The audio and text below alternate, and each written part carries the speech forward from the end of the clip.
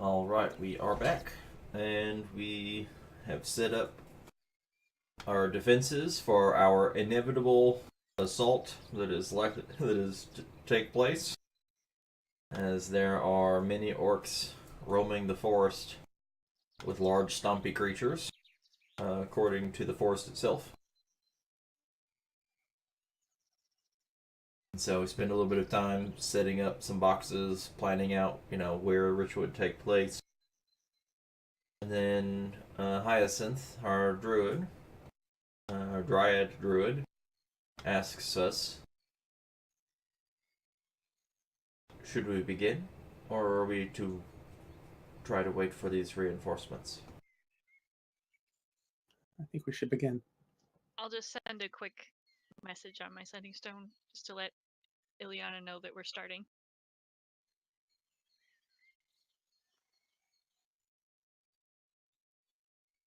Also, everybody can place themselves wherever they like on the map itself. Can you do another share for me, please? Oh yeah, there you go. Thank you. We got the boxes and the auto turret set up, and then Hyacinth is at the corner of the obelisk, so she can interact with those etched in glowing runes that she's going to need for part of her ritual. And then everybody else can do, Capricious put himself on top of a box with some veterans, and he gets to do. Got enough time here while we're all setting up.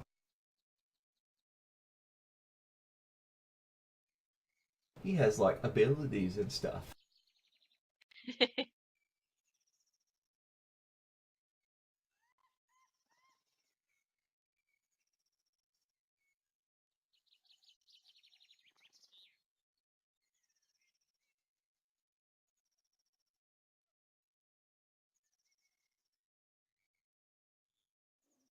Name of the game is Get the Finger Waggers.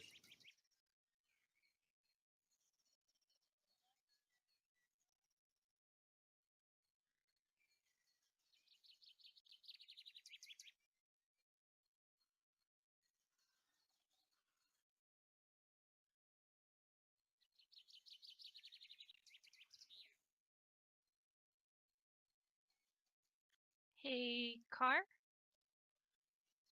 Yes. what do you think about putting one of those death wards on our dryad friend? Just in case. Yeah, I could do that.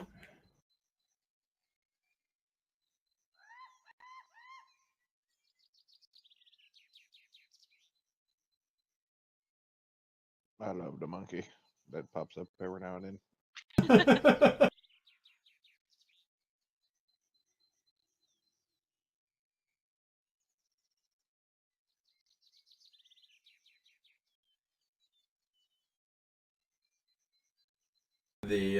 Okay, so while we're all setting up, Capricious is going to give a very Winston Churchill-esque uh, battle speech. In his performance, much like that of just his simple storytelling within the tavern we were in.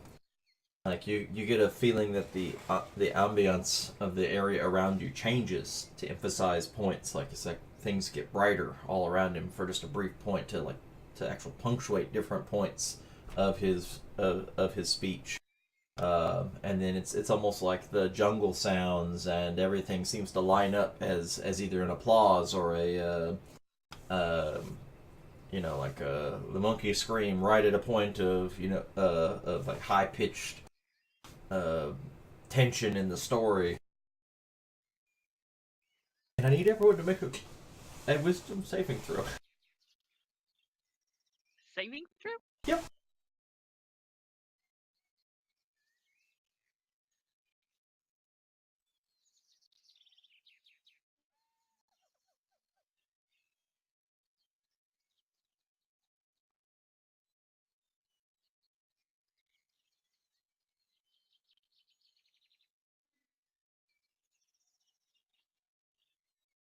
Need a couple more saving throws.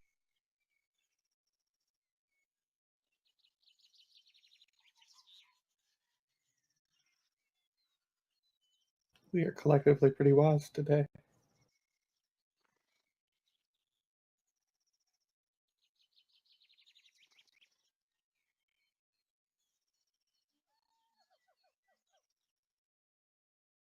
So we all feel a little amped up by the speech. We get this feeling of adrenaline and readiness, that we could conquer the world. But specifically, both veterans, oddly enough, Hyacinth and Izzy, are considered to be enthralled by that speech and charmed.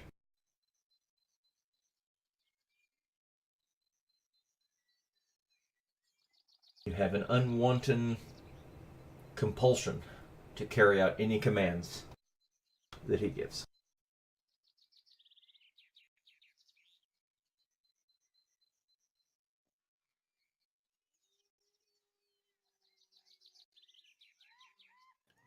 Just anyone? Do I notice anything? So anyone that makes the save, do they realize they're attempting to be charmed? No. Well, then, out of character, I would like to say that motherfucker. And I don't just mean Biju's mom.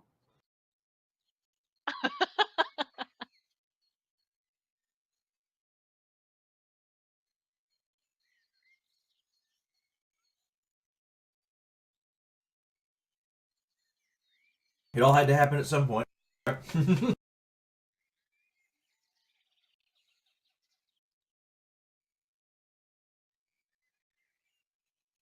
It specifically says that even if they fail the saving throw, they have not even the smallest hint that's in the actual ability itself. That it was that it was being attempted to be charmed. Wait, what is it? Yes. The target has no hint that you tried to charm it.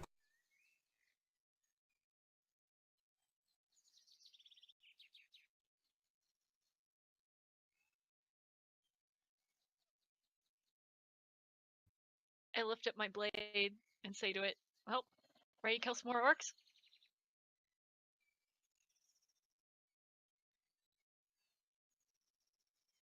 Hyacinth begins casting a couple of spells. You can see that her skin begins to form a barky, thick, tree-like exterior along her skin and turn grayish as though stone.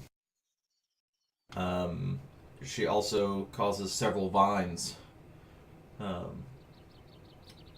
to reach up and grow from around the obelisk, lashing onto her, holding her in place.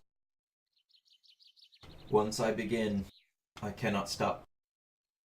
So I tether myself as one safeguard.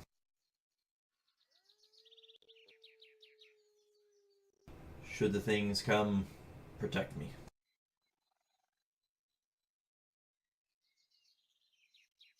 She begins chanting, places her hand on each of these runes on either side of the obelisk, and then kind of leans into it. And as she begins to chant, the obelisk begins to glow. The earth trembles. The pools of tar that are already bubbling with definite steam from some kind of thermal pockets underground. And the bubbles come up and burst, and you can just see puffs of steam come through the air, but they begin to roil and boil vigorously as the earth trembles around. The obelisk begins to grow bright, and then a beam from the obelisk shoots into the sky. She wasn't kidding about the beacon. Almost like the scene from Ghostbusters when they turn off when the EPA guy turns off the machine. And then you got the undead swirl that happens over the spirit energy that all shoots up. The clouds up above begin to form. The sky darkens. The ritual continues for several minutes. So when the sky darkens, is it just like dark, or is it like thunderstorm dark? It's like a cloud overhead, but it's not a storm cloud. Okay.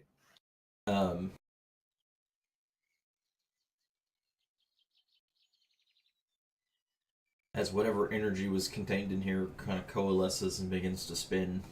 It's almost like the eye of a hurricane look as the light pierces up through the center of this dark, ominous cloud up above. The ritual goes on for a while, and you can hear grit through kind of barred teeth. It's working,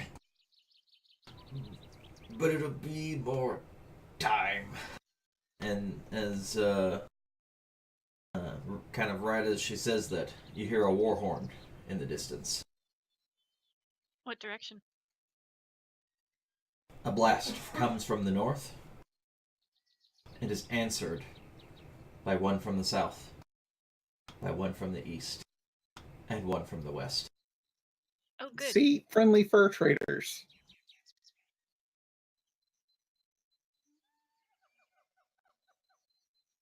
The trembling of the ground stops, but you hear, as it does, you begin to hear now large thuds and the cracking of trees. Everyone to roll initiative.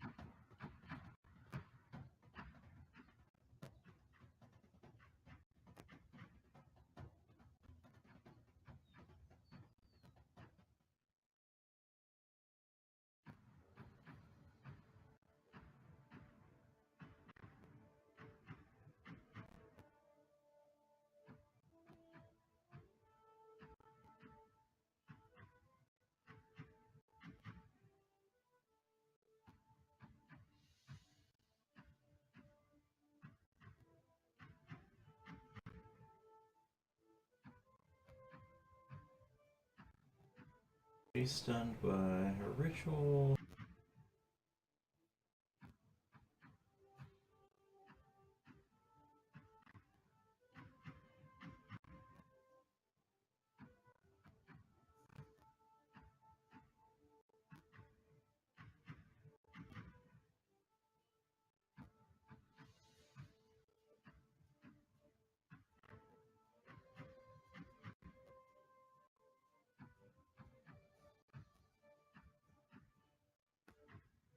Alright, Steen, I'm giving you the magical crossbow turrets, so...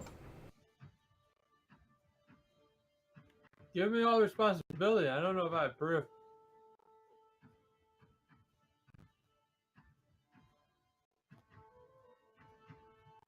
Okay. No pressure, Sting. I mean, if we fall, it was only your total plan. 100 to 400 feet. It's 100, Oh. 400. So if it's within 100, it's rolled normally. If it's outside of 100, it's rolled with disadvantage up to 400. All right. 10 plus 1d8 plus 3. Jeez. It's just 1d8 plus 3. Yeah, which is an average of 10. Okay.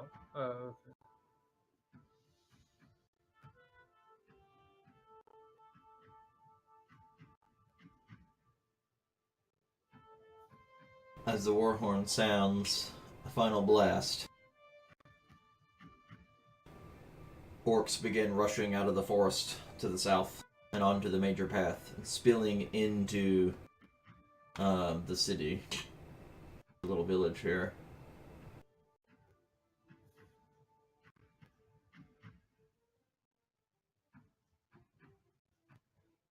As they do, you hear a very loud screech coming from the air to the north.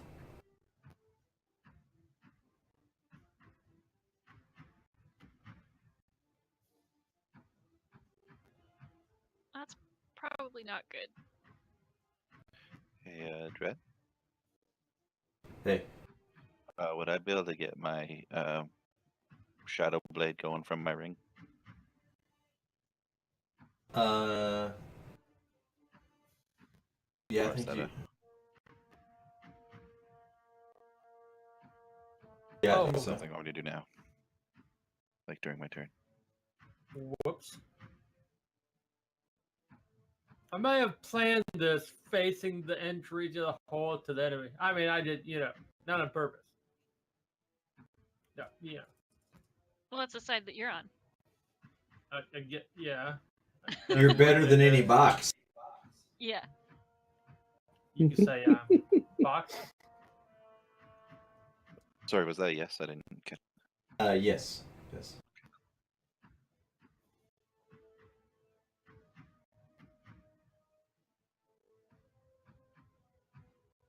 Where are the pictures at? I don't know. I'm all open, so I could just link them and show some things. But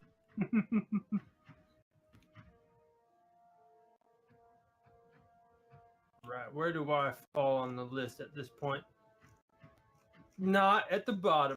Oh, right. Ooh. That's cool. some rather savage-looking orcs. Man, I hope I don't take an arrow to the knee.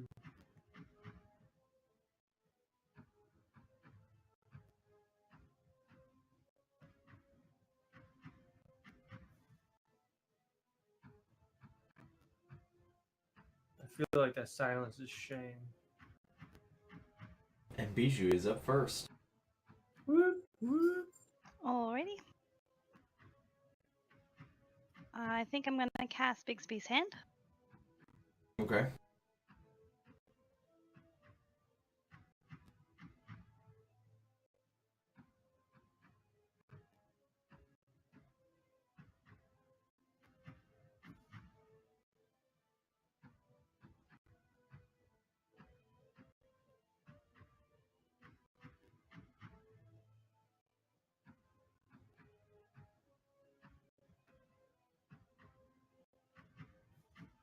And I'm going to clench fist, strike this thing. It doesn't have to be in the air. Yeah, because these are flying in the air, but Bigsby's can do that, I think. Pretty sure. Up to 120 feet. So as long as they're lower than 120 feet and not that far away, we should be good, right? Yep. Crossbows disappeared. I need the thingy again.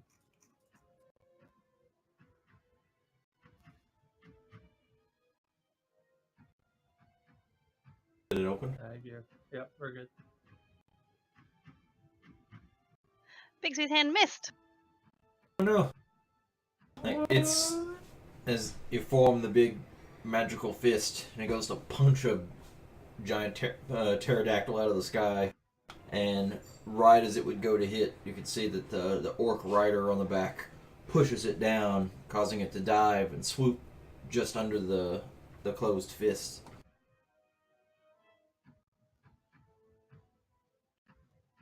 Capricious is that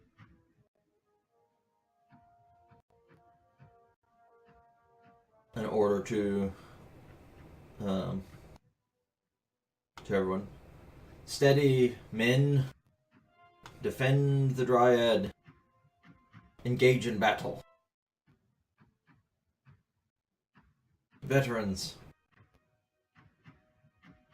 Attack.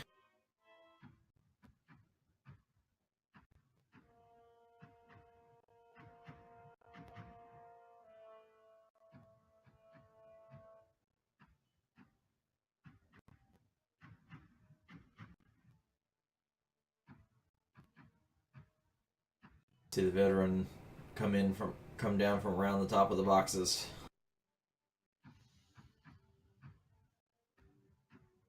Drawing its long sword and short sword. Preparing to charge towards the orcs. Waiting here at the edge of the boxes.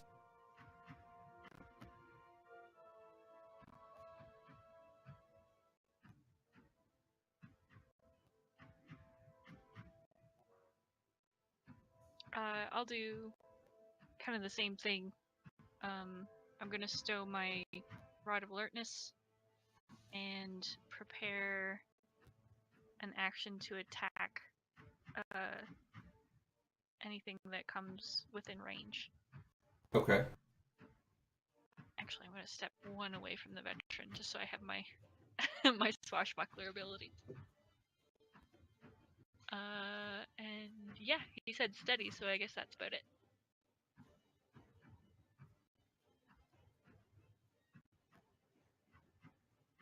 All right. Tell me about these pterodactyls, and is that a thing I see on top of the pterodactyl? Yes, that's looks to be, especially at the distances, they're pretty high up as they're swooping down a pretty solid strike. But it looks like there's orc riders on the back of these pterodactyls. All right.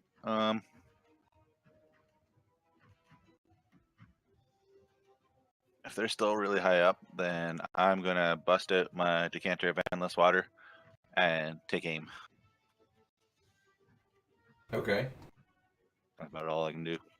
As soon as if they do manage to get within 30 feet of me, then I'm gonna blast it. But other than that, that's my ready. Okay.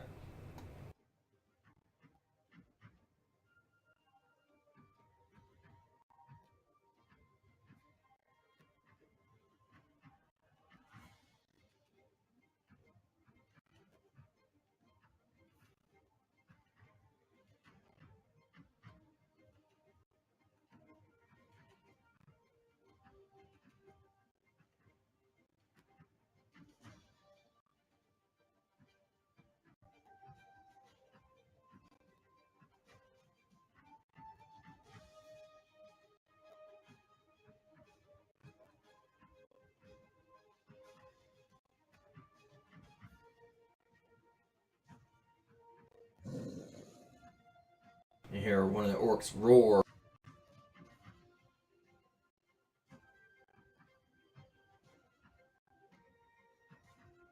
And take off charging.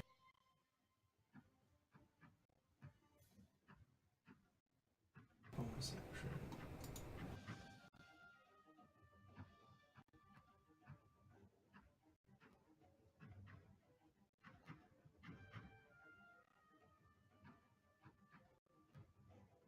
It'll swing its giant great axe at one of the veterans.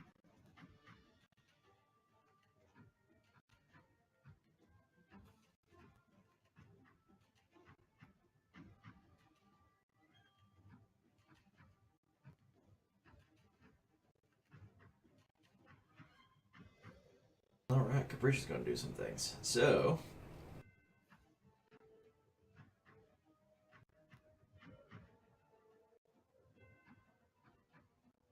first thing,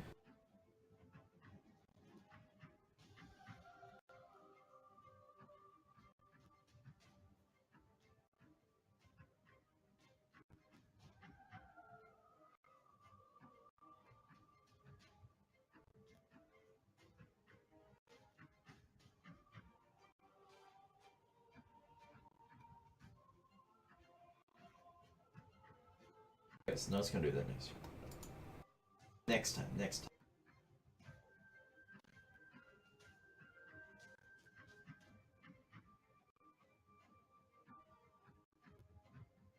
You can see Capricious stand tall for the Fae as he becomes wreathed in energy and in Fae magic. You see he kind of points to one of the charging orcs.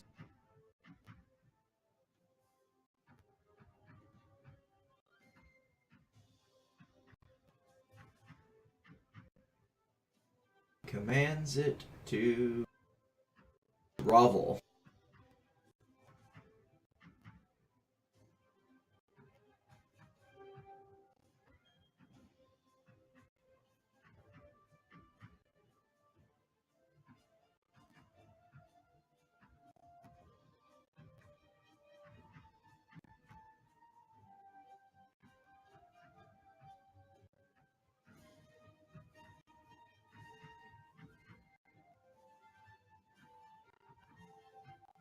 Oh, it auto succeeded. Wow.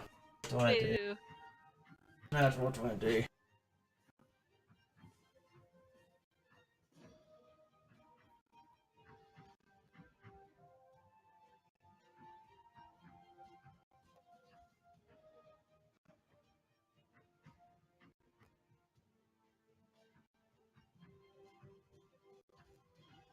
This fanatic, literally, with like arms flailing, just charges with a bloodthirst in his eyes as he runs up to the top of the box. Tries to scramble on top of the box.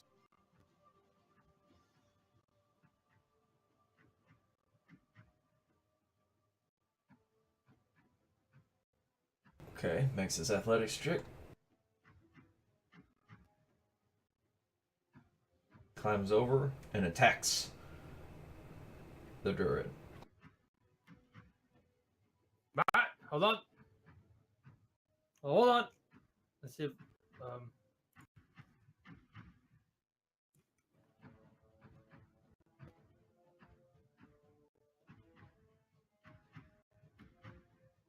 I'm gonna give 4 AC to her and my allies. Oh. Reaction. Yeah. Within 20 feet of me. So pretty much Yep, I'll take 4 off of her, off the attack against her. Yep.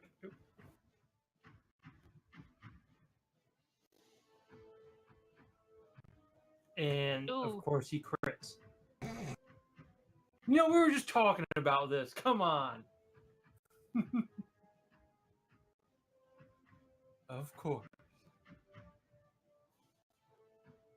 Ow. Yeah. Double ow. Oh, and high roll too. Oh my god. See, remember what I said about that one earlier, everybody? Yep, her being stunned means that everything that attacks her has advantage. Sucks. Oh, yeah. Crossbow. Ooh.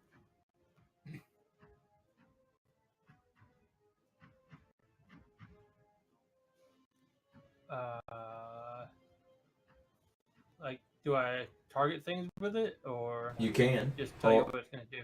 You can, like, so you should have, like, its thing pulled up, right? Yes. Like, it's like little character sheet.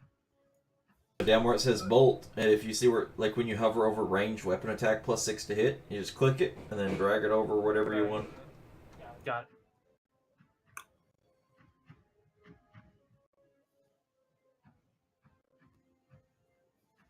Here's the one. And they only have one attack. Alright. Yeah, they don't have multi attack. Yep. All right, Lobrin. Unable to target the rider on that pterodactyl, but he would also be affected by this spell I'm about to cast. Move this out of the way. I think you might be able to hit him now. Other fellow. On the other side? Yeah.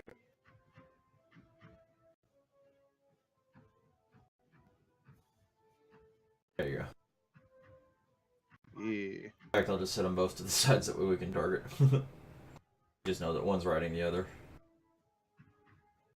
Which is which, I don't know.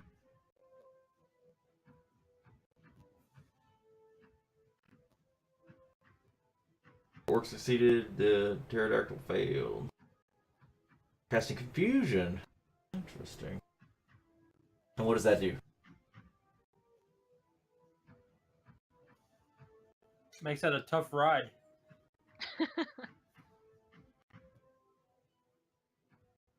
Isn't it like they have to roll in a chart to see what they do each turn?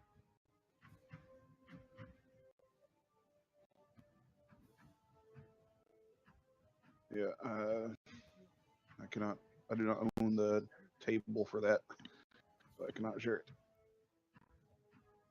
Yeah, there you go.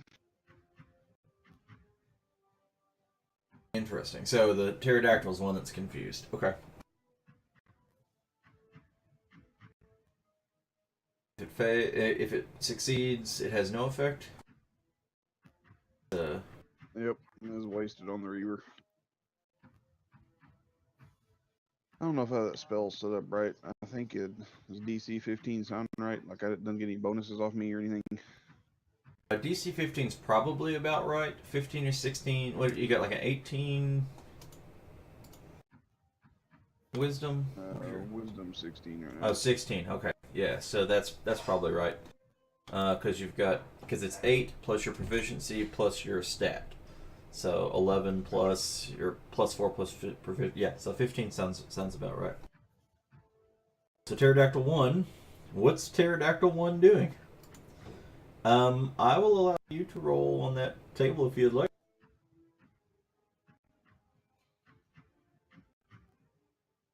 Oh, it doesn't move. Doesn't move or take actions.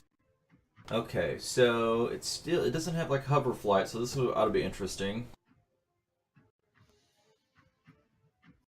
I mean, I guess it would continue flying. It just wouldn't listen to the commands from its rider, right? I don't know. Have you ever seen a turkey get confused when he's flying? Yes. They're usually Yeah. dead. Yeah, they I go, oh my god, I'm flying. What do I do now? I think momentum's going to carry him forward, but he's sinking like a rock. He doesn't hit the ground this turn, but he's So we just shove it. but they were already kind of in a hard-nosed dive coming down, so yeah, he makes most of the distance to the ground on his turn. Yeah, follow up. Get follow-up save.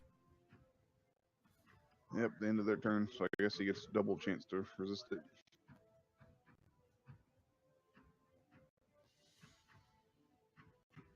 Or get out of it, or whatever you want to say.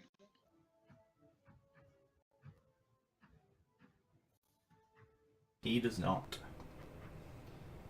He's confused.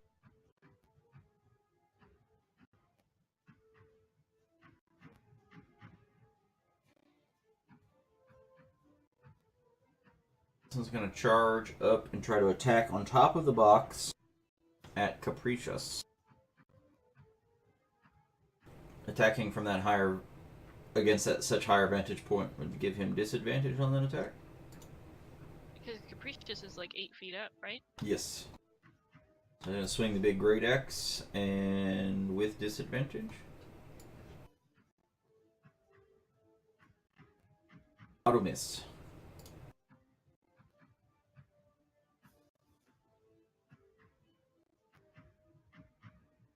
Orc Reaver 9 is going to try to use its action. What's it going to do? So this thing just fell out of the sky like a rock, like an all of a sudden retard pterodactyl. So let's see, is he going to bail? Ooh, yeah, he got a 96. So he's going to actually try to bail off of this thing in flight. This should be fun. How high up is it? The pterodactyl made most of its way to the ground, so it's only maybe 20 feet up off the ground right now.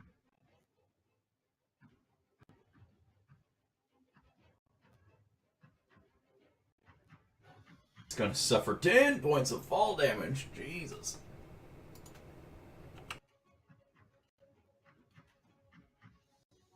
And with that much, I'm gonna roll save and see if he doesn't just get knocked prone.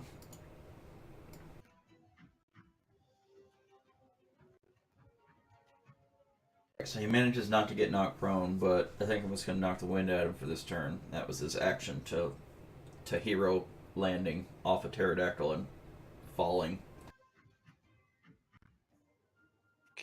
If he's 30 feet within me, can I use my thing on him? If I target him, it says 30 around the dot. Alright, so just have him roll a strength save. He's got to beat a 13.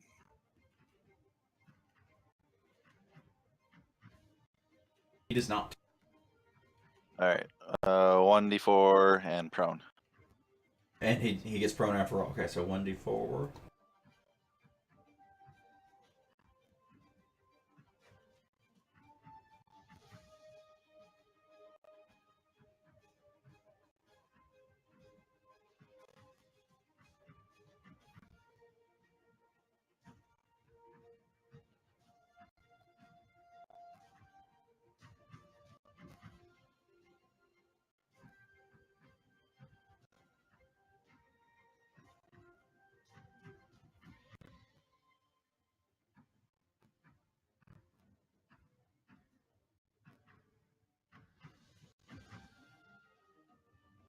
So veteran 2 is gonna attack the one that's attacking the dryad.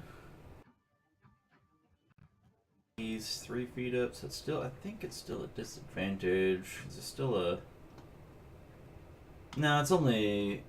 Since he's mostly elevated as well. No, I don't think I'm gonna give him a disadvantage for that one.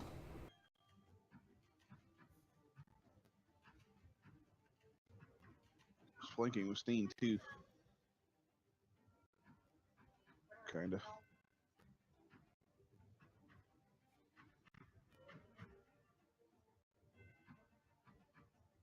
I guess that's true.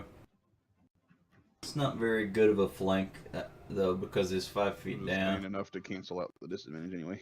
Yeah. I think we'll go ahead and go at it this way. But yeah, all 3 hit anyway, which is sweet. Weird.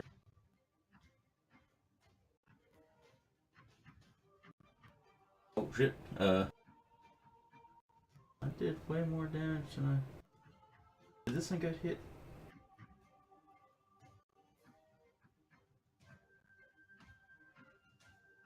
He got pegged by the ballista, I think, already. Okay. Yeah. So he just goes frenzy on the guy that attacked the dryad, protecting the dryad, and kills that orc super dead. Alright, Steen. My turn. Oh yeah.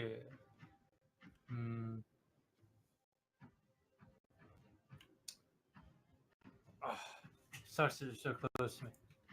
But I'm going to cast Enlarge Okay. on my shield. On your shield? Yeah. Okay. Yeah. If you cast it on yourself, though, wouldn't it like make your shield bigger too? Yes, but it makes me bigger. Okay. Also. Isn't that So- a good thing? Not if I'm trying to stand in the crates, That's true. You gotta think about that making too. I one guess. size larger. Yeah, he'd get big. Knocked everything over. Interesting. Okay. Alright. Yeah. Let's see. Cast on myself, but it only increases my damage with my shield anyway, so. Interesting. So, Yeah. how do we work that? So your shield is a lot bigger. Oh, it's It's huge. it's gonna be about 10 feet wide or 5 feet wide, so. I mean, well, no. You got both shields together. We're already almost Yeah. like 3 feet So wide. it's huge. Just say I battened the hatches. I think that would make it almost unwieldy as a weapon, though, wouldn't it? As long as I'm strong enough to move it. Just make it like a great weapon. I mean, it's already essentially a great weapon to begin with. Yeah, Right. now you have like a giant's weapon. So I think I'm going to give you disadvantage to attack with it, like to aim or whatever, but I'll let you still wield it, and it'll do the extra damage, and then it'll also be bigger, so temporarily we'll let it give you another AC. Okay. But yeah, you do have 26. but you do have disadvantage to attack with it, so there's the downside. Okay. And reverse. It also provides full cover for everything behind you, And reverse. Take and that some of what's to the opportunity. side of you, and some of the stuff that's even above you. So he gets an opportunity attack on me. You're Savage 13.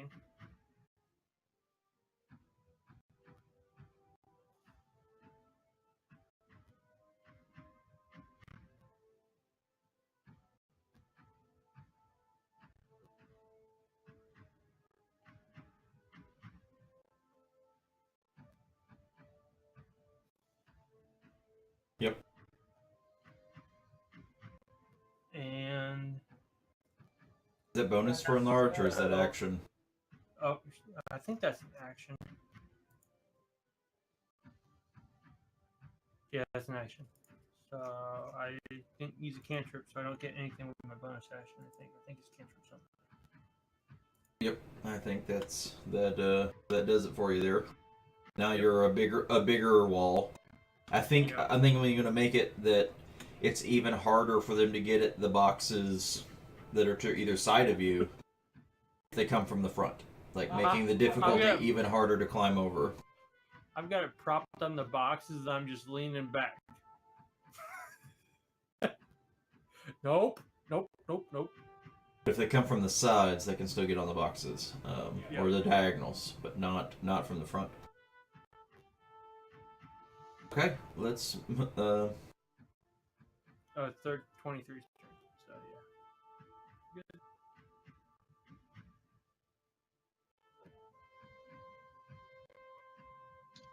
Action triggered. Action triggered.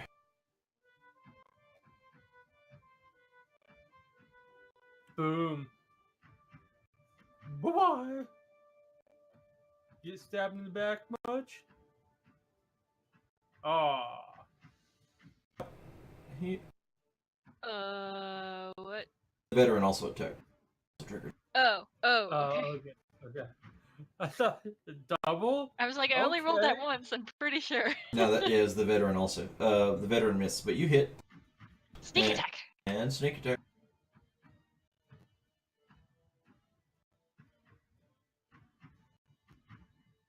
And instant dead.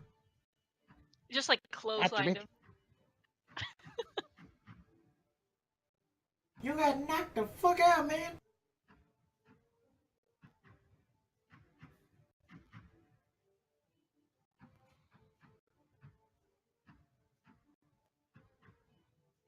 Unfortunately, I can only do that once.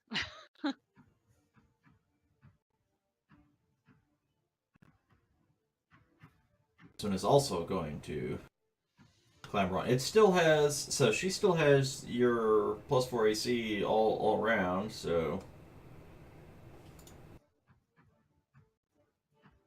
Using your reaction earlier.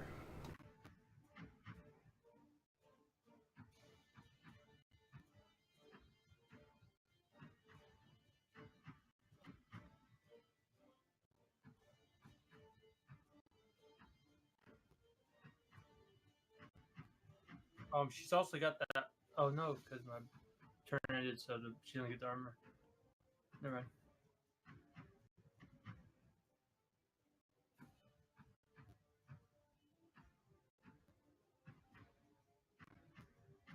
Get them off the crates.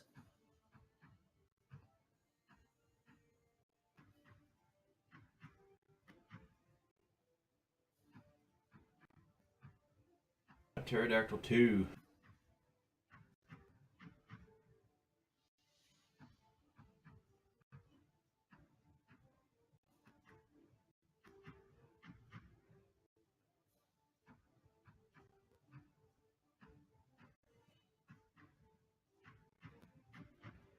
It's gonna fly by Lumo and attempt to bite it.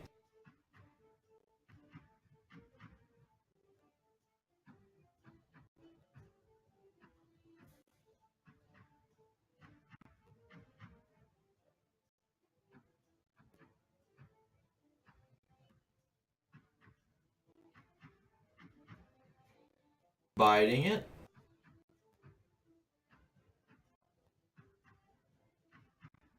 He succeeds on his concentration. And then it's going to... So once it bites, it can...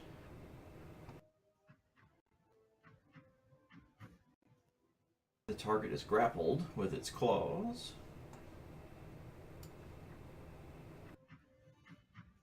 And it's going to continue to fly off holding Lumo. No. Its talons. What?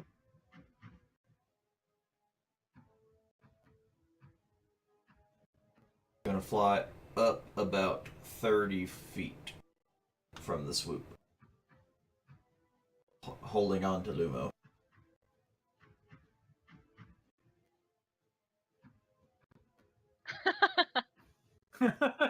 Yeah, come pick me up. Yeah. Oh, yeah, Lumo's going to be controlling that pterodactyl for us in this fight.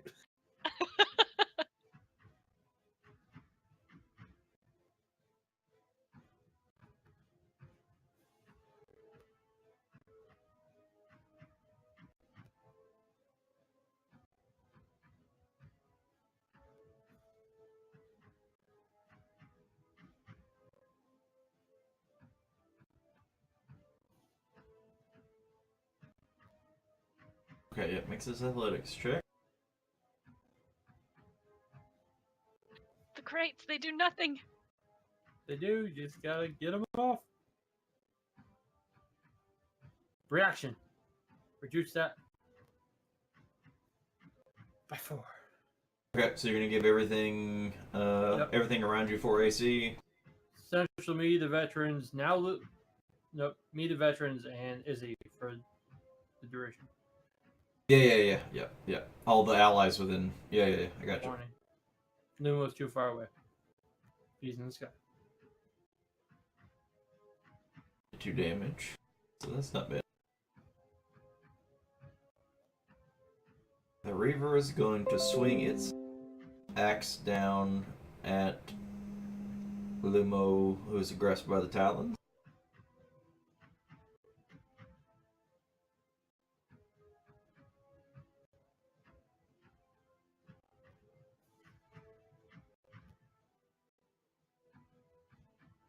Ew.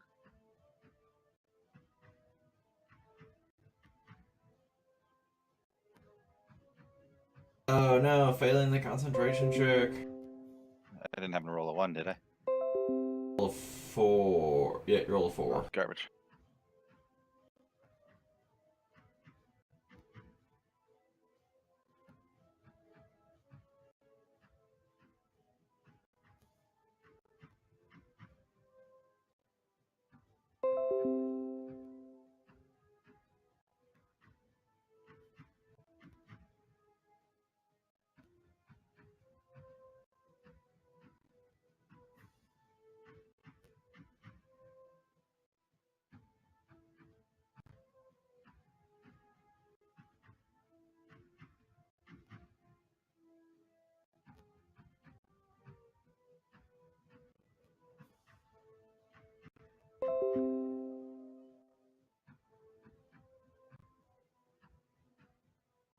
Alright, Car.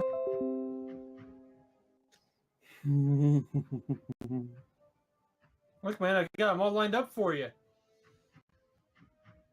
That'd be a pretty delicious lightning bolt. I've just been eyeing them in that line, 30 moves ago. I was like, I'm last. I dash. Okay. Meanwhile, with my sword up in the air, and take some liberty with this. A little bit of lightning crackling down on it. And then I use my Crown of Quickening and cast Lightning Bolt from my ring. Ah, there you go. Okay. Nice. I was like, how's he gonna get 2 actions? But I forgot. Aha! This is where making that a bonus action actually matters. Yeah. Straight line. Looks like I can get them all. Nice. Gotta get 'em all. Chumbo them all. I And think by you get all, the I mean- one on all of them except for the one on the box. Oh, the one to the left of the Fanatic Number 7. Okay, yeah, it's fine. And I had my sword up in the air, and I just kind of fling it down. And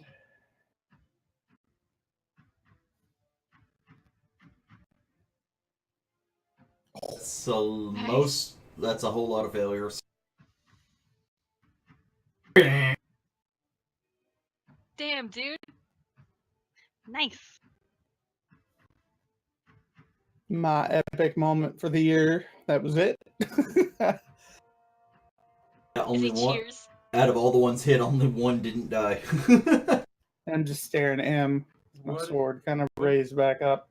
inconsiderate a-hole. You mean the orc that didn't die? Yeah. Yeah. Okay, Yeah. Go through all that trouble. I thought you were going. You stole all my kills. Yeah. But my goal is Kill nothing. stealer. Yeah. I had him where I wanted him. Who's on the plane? Okay, so he can't get up there, so he's gonna attack it capricious from the ground.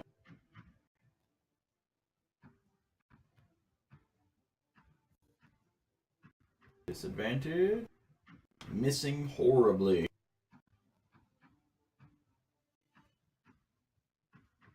Turret.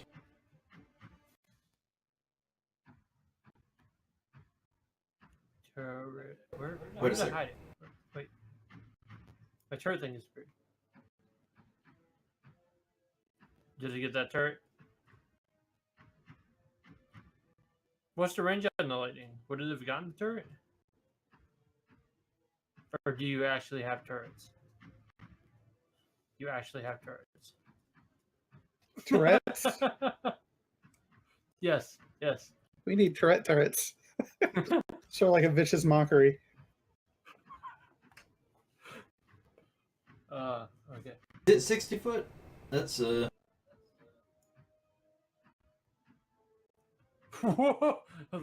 lightning bolt 60 foot? Because you may A lightning bolt goes to 100 feet. Lodrin's beard. Yeah. A surprise.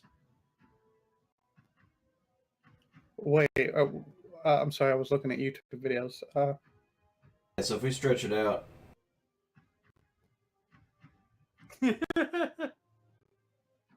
You accidentally killed something. I think we're Not okay. not Okay. Lodrin though, right? I think that's what I was trying to look at what the actual aim was to everything. I think we're okay. Actually, I think we're okay.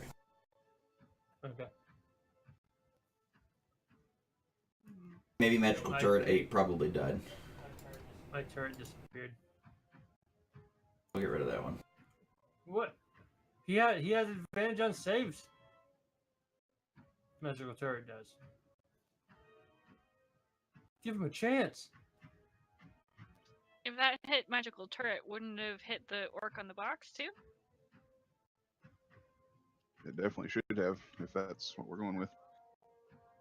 Because if it hit that corner, it would definitely have passed through Orc 7's corner.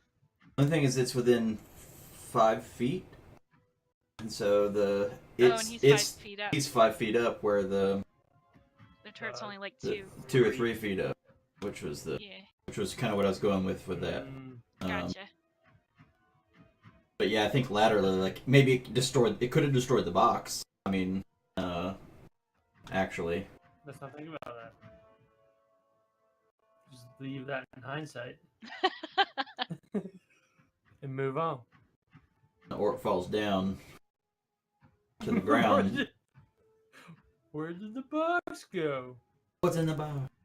Does he fall on the shield or under the shield? The shield was kind of propped up on the south side of the box there. Yep. So he's Per- under it. Yes, or behind it even a little as well. I guess that's also true. Shield helped protect him against the lightning It doesn't bolts. see is my other hand reach out and grab his throat. I'm like, no. All right, so round 2. As round 2 happens. Wait, no, we still have the turret. Did you get the turret pop up? It did it just disappear again? No, it didn't. Okay, I got it. It's just underneath the map. Whew. Okay. But I don't like Fanatic 7, so he's gonna fanatically disappear. Go. That's the second one with the turrets I've rolled. Turret. All right, so now as round 2 begins. Yeah. Am I at the bottom? Wait before you go, just Jizzy. Mm-hmm. Can I use my inspiration to re-roll my initiative roll? No. Trees on one side of the village begin to crackle and crack and fall over as 2 more orcs come riding in on huge beasts.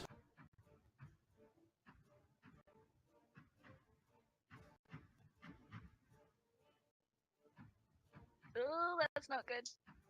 Giant ankylosauruses. Because then we only stand high enough to stab at their ankles. Ankylosauruses. Yeah, that's what that means. Latin. Yeah. Latin for ankle? Yeah, sounds legit. And then, okay, now you can go easy. Okay, I'll just shout at Lodrin and Bijou, your side! And then, if I go here, do I get advantage because Dean's on the other side of the crate as well? I'll let it cancel out your disadvantage for attacking someone above you, if that's what you're going for. Yes. Yeah. So as I move, I draw my dagger. So I'm now dual wielding. Okay.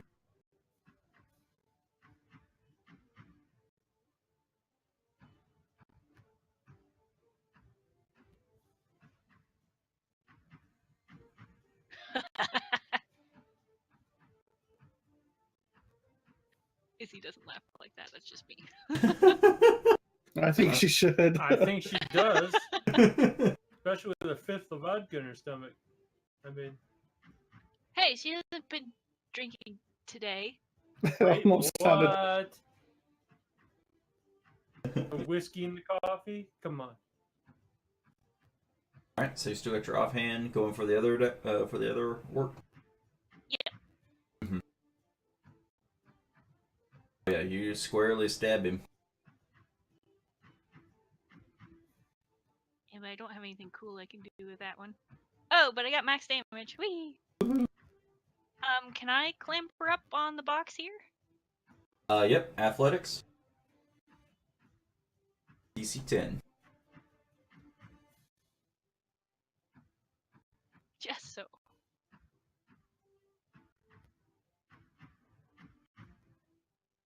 I'm just gonna put myself in between that orc and the dryad. Okay, sweet, sure. Alright, confused pterodactyl.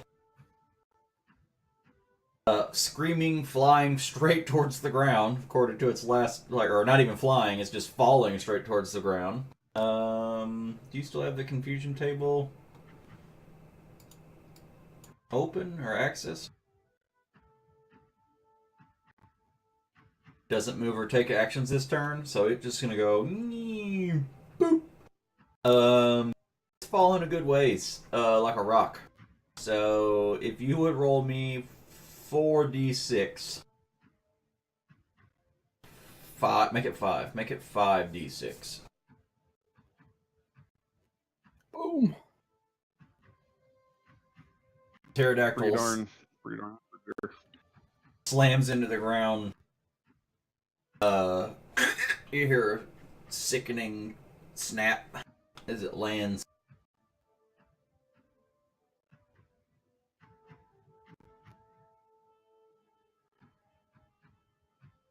Pterodactyl continues to fly off, holding Lumo.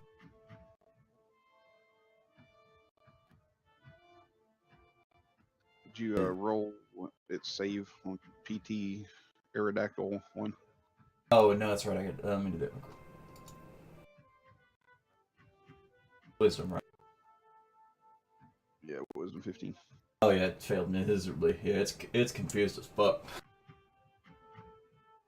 That's what it gets for putting consonants in the spelling of its name. I know. Pterodactyl! Pterodactyl! So Pterodactyl 2 is going to fly mostly straight up 60 feet to a height of 90 feet, and then it's going to let go of Lumo for its action.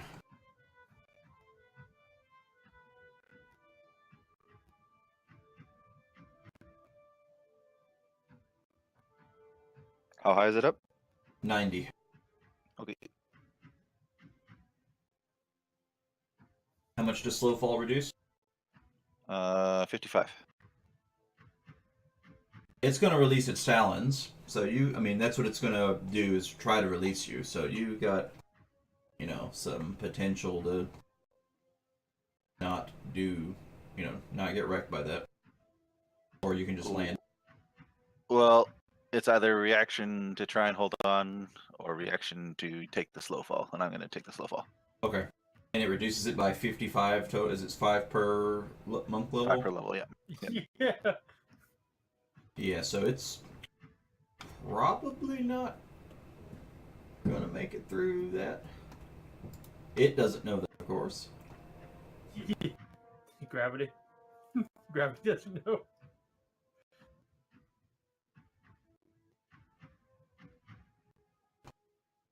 Yep. You take none? Both the pterodactyl and Reaver are like, huh? How do you want to do this? Well, when I hit the ground, I roll and give him the finger. You have enough economy left to bellow your cloak. Yeah. That was just his reaction. So he's still gonna have his whole turn on his turn.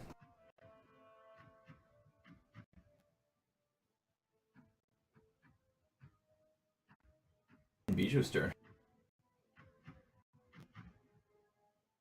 Like the orc and pterodactyl are both just seriously confused as to what the hell just happened.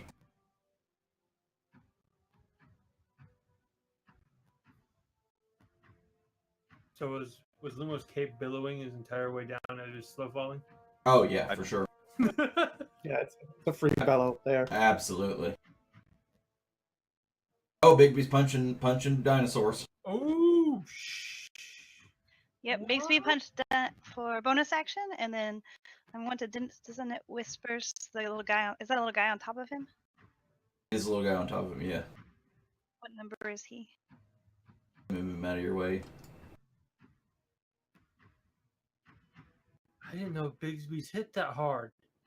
Yeah. Holy crap, it's Mike Tyson.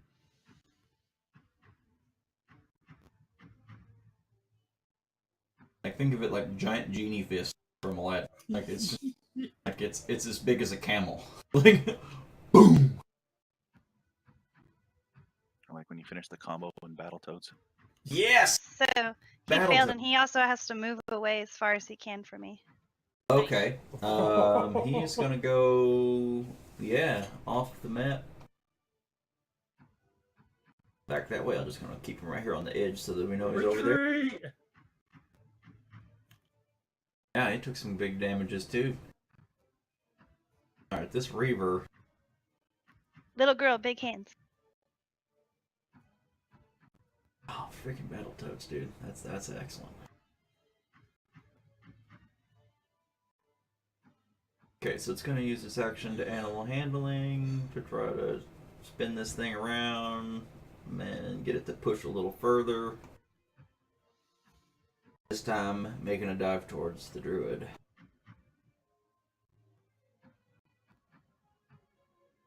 It's out of movement though, so it's only gonna go this extra little bit. Spinning around, doing full circle, takes up most of it, and only gonna get this far.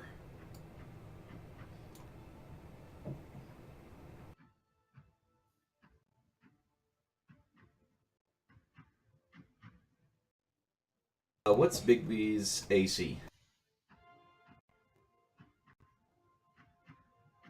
It This is is the one on the bottom, right? Oh, it is. 20. Its AC is 20. The it is the hand is one an on- object that has an AC 20. Okay, sweet. Damn, that's crazy. I did not expect it to have that high of an AC. Damn. Yeah, Bixby's hand is a Didn't either, come on. yeah. Just He should why be don't you holding your summon the big whole shield. Bixby? Come on. He's just too powerful. Would he destroy the world?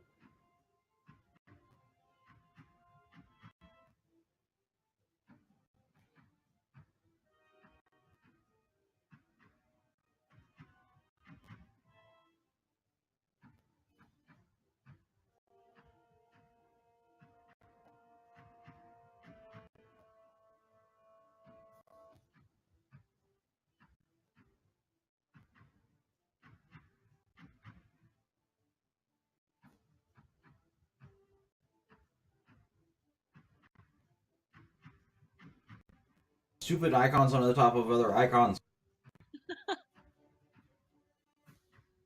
Damn it, whoever designed this encounter. I know. Okay, so this is the one that ran off into the woods.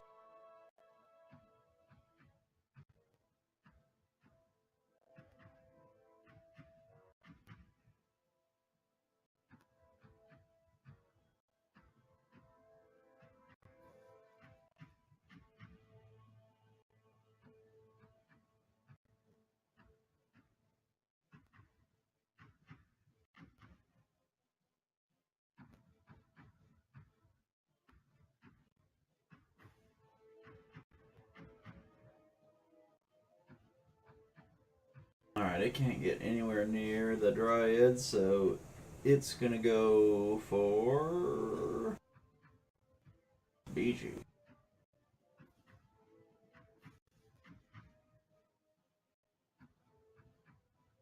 A scorching ray. Miss. You're still inside of his head, literally. That's the plan. So the immigrant song is still playing.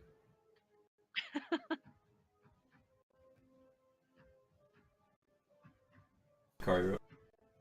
Yeah. Gonna slam my sword into the ground for destructive wave. Okay. We be slamming. Yeah, you get to pick. Yeah, you can see everything this time, so there's gonna be pretty precision striking happening here.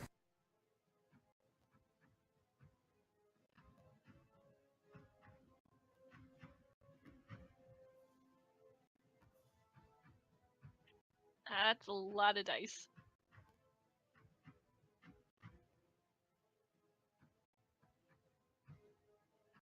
Wah, clerics don't do anything. Wah. That makes my life easier. Think I have a tiny bit of movement, so I'm just gonna go up to there. Mm-hmm. Yep. All cleared out. Nice pretty day we got going on here.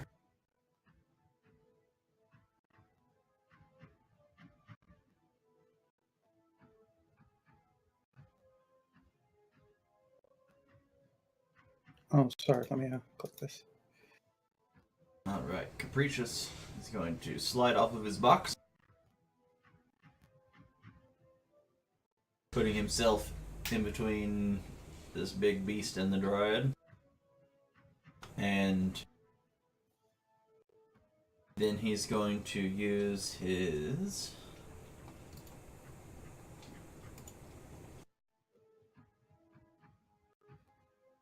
ability Mantle of Inspiration. So he's going to expand the use of his bardic inspiration to grant himself a wondrous appearance. Even despite his small stature, his standing up, puffed up tall, and through magic seems to grow in size and stature, and emanating an aura around him.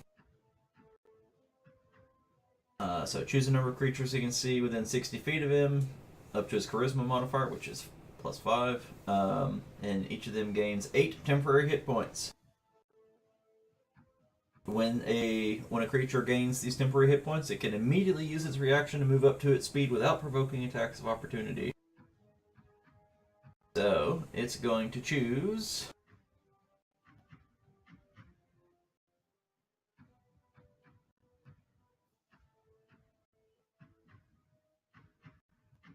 himself, both veteran. No, it's not himself. It's both veterans.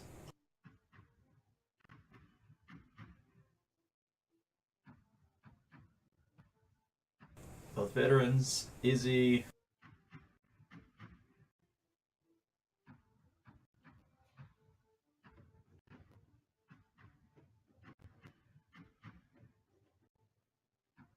So I get 8 temporary hit points? yeah, and then Lodrin is going to choose, and then the dryad is going to choose, although she's not going anywhere. Both veterans immediately rush over.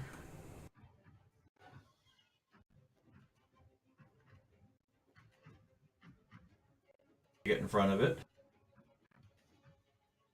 Surround the beast. Don't let it get near the dryad. Is he saying that specifically to them or also to me? To everyone.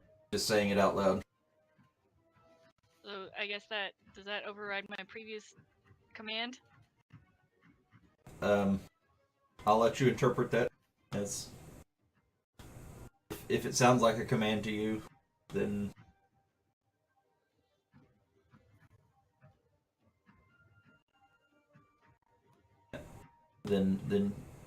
your feeling of needing to follow it in whatever way.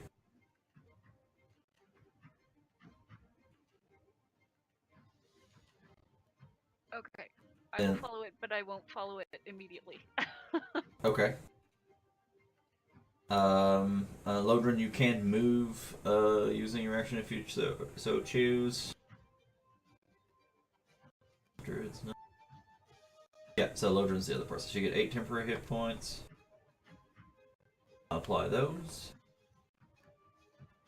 Then you can move your move outside of my turn, but it has to be towards the beast or whatever. No, you can move however you want to. Since you're not compelled, you're not under compulsion. It just gives you his aura of wondrous, his mantle of inspiration. Just gives you the feeling like you could just run an extra 30 feet right now for no reason outside your turn. I look over my shoulder. I'm like, yeah, man, he is pretty, and I move away from it. What he told me to do. Yeah, sure. I like it.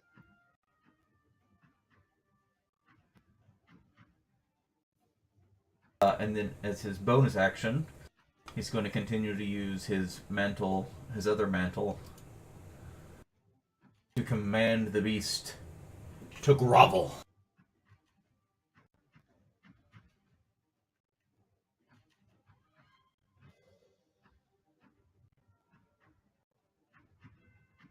Grovel before me, beast.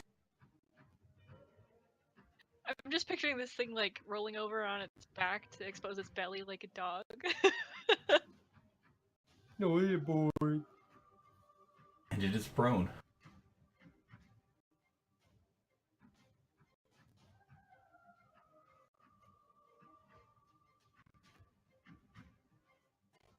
Alright, Lodrin, you're up.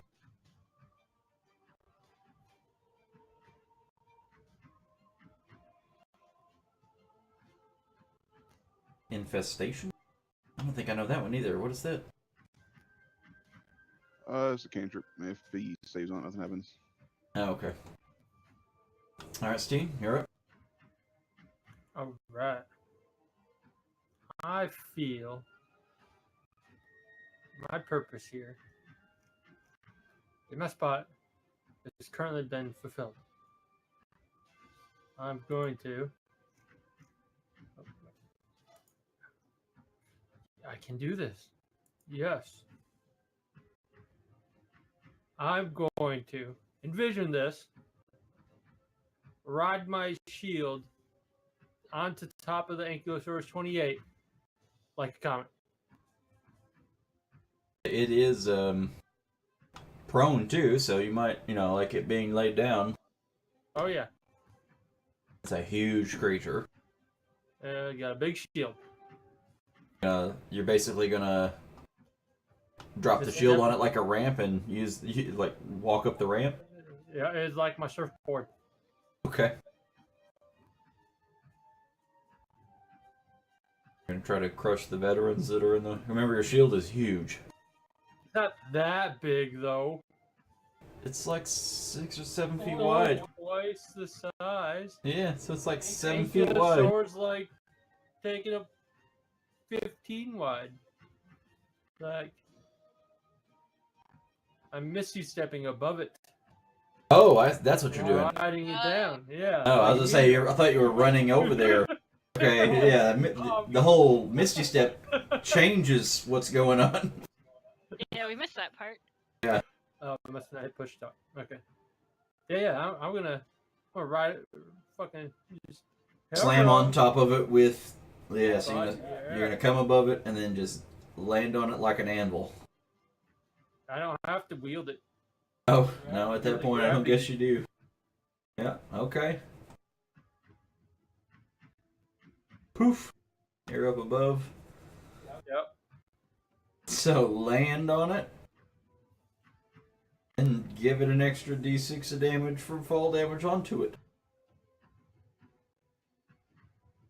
Okay. We can roll it separately if we need to. Okay. Do you need me to roll my attack roll? Yeah. Yep. Or am I good? Okay.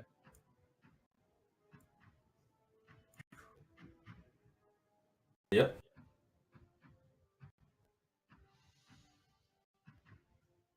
So I think the fall damage is happening anyway. It's just whether or not you got an actual attack in. An extra 4 on top of that. Yep. Okay.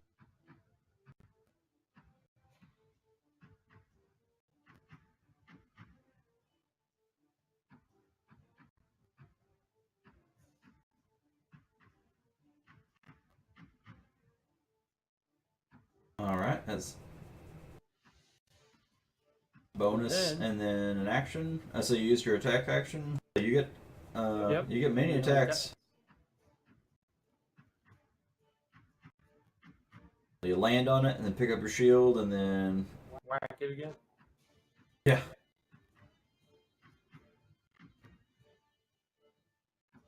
It's like a garbage Brett. can lid that you just pick up and you start bashing the hell out of it with a. Yep.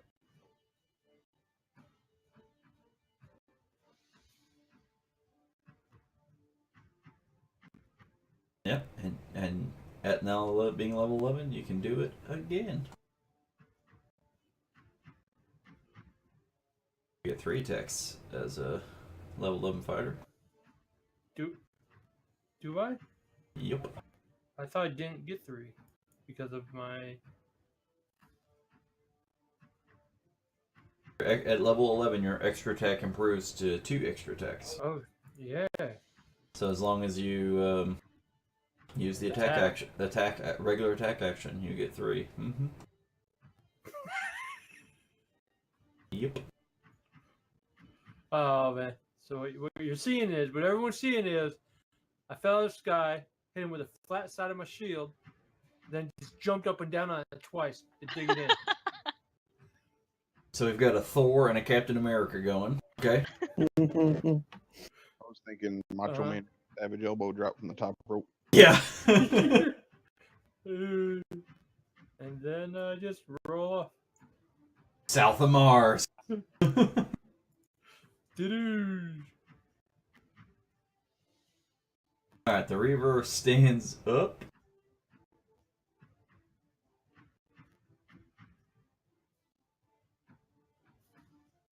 Where's Reaver 9? I can't even.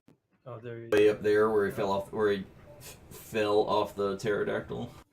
It's just hard to tell which one's selected because of the borders they already have. Yeah, I noticed that too.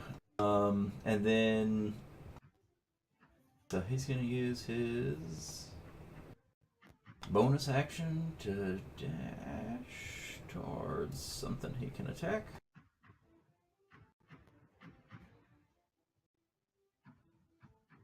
As far as he can get, and then use his action to move more.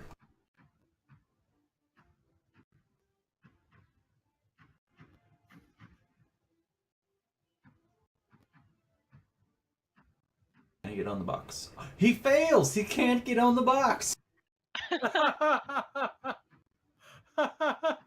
Dude has got the wind and the stuffing knocked out of his brains from the hero landing he did off the pterodactyl. Fails to climb the box. Yeah, watch me suplex a freaking ankylosaur. I mean, people's up a ankylosaur. I don't think I could suplex the ankylosaur. God, another one fails to get on the box. Him walk over here and then just like scrambling up the side of the box and just slipping down and scrambling up the side of the box and slipping down. He like tries to get up. I just like put my foot in his face. It's all the blood on the box from friggin' Izzy killing things on it. Ew. Slippery.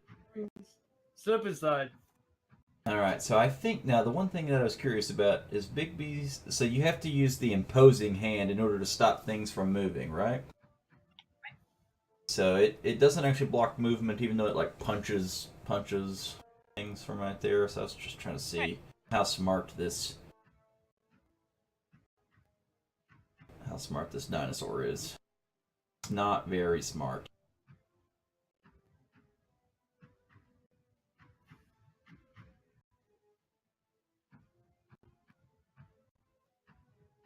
Yeah, no, not very smart. It's going to attack Big B.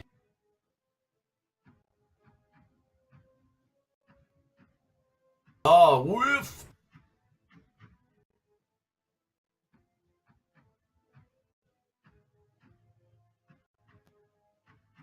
It's going to spin. It's going to do a spin move. Try to reach up and slam it with the big hammer on its tail.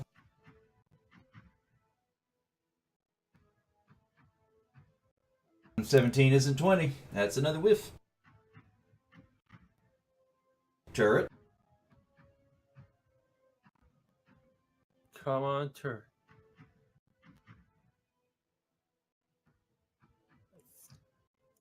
I did it again. I need the table.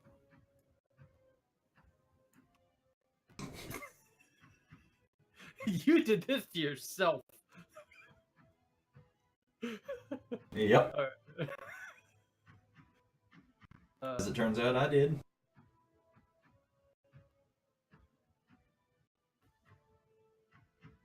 Hey, it hit. Yeah, they've hit every time. They just roll damage for one every time. Yeah, So that's- this time. Whammy. There you go. Magic turret. Alright, Lumo. Alright, so those two right beside me are still airborne, way in the air, right? They are diving down. Yeah, they were coming down from like 90 feet up. So yeah, they're still like 30 feet up at this point, something like that. Making a pretty steep dive towards, looks like beaming straight towards the dryad.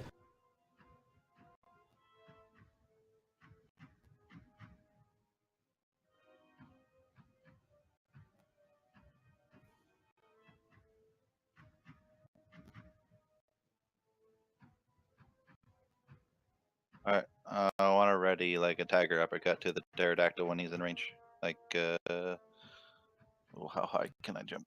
Let's see here. Now, you can't jump very high, but Yeah, I think jump height is limited by strength. yeah. And speed. But he can run real fast, and he can run up walls. He could run up the obelisk. That could be cute. Yeah, but you have to be able to make the distance, from the Like 15 run up foot the gap. obelisk and then like give him the head scissors and the flying Huna Yeah. Yes. off the back of the pterodactyl and land on him.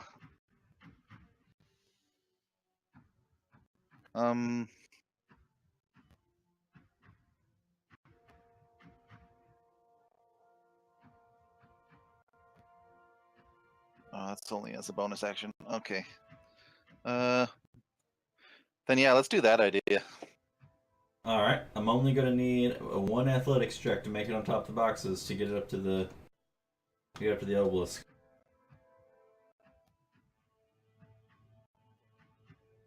Oh, that's acrobatics. All right. Yeah. Okay. So you moved what? 10 feet to get there. 15.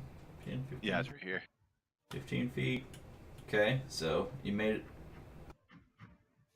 15, 20. Yeah. So you can scramble up the box there, and then how much does that burn? 30 feet. 1, 2, 3, 4, 5, and 5. Yeah, 30. And then so you can go up 20 feet off of the. You can go. 25 feet. Well, I was trying to think. You're also gonna have to jump backwards too. Yeah, you can go up because you're basically 8 feet off the ground now. It's 30 feet up, so you can go up a handful of feet and then do your hurricane run off the. Yeah, I'm gonna use my step of the wind to double my distance jump and dash action. Gotcha. Yes, I think this seems good. I'm gonna need 1 acrobatics check to see how this backflip off the obelisk works. But this all looks like you got the stuff to put it together. But not as clean of a dismount as I'd like to have seen for ultimate flavor. Are you Functional? but functional? But functional. So who are you aiming for? The pterodactyl itself. The pterodactyl itself. Okay. So then yeah, so you kind of backflip off of it, wail on it. Wail on the pterodactyl.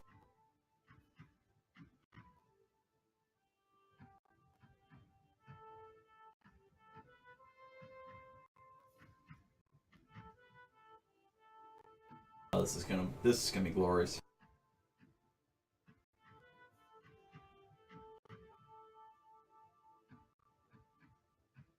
Yeah, this is double good. Double good. Failed. So good. Damages.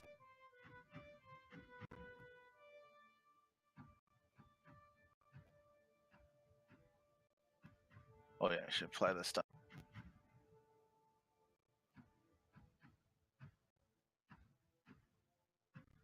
Yeah, apply the stun and then the damage and then your follow-up attacks.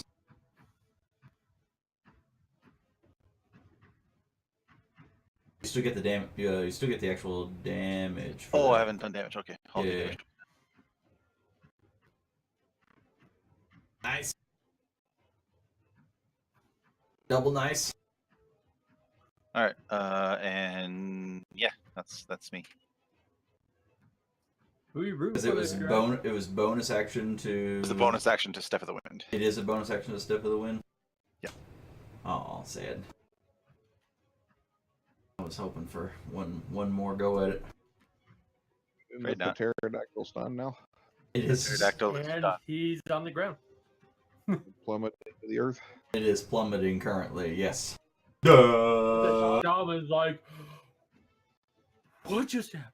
It just back so up the side of the obelisk, backflip over, and then as he comes down, it's like the 1-2 kick, ta-tow, right on its head, and then you can just see immediately as the pterodactyl's eyes roll back in its head and go, just starts going down Show me immediately. straight towards the turret. Almost between the turret and Izzy even. But maybe favoring the turret a little bit. The veterans are gonna play whack-a-mole with the ankylosaur here. That is still prone. Yep. Maybe not for long. Nope, because No. they. I used like 40 points of damage. Really helped.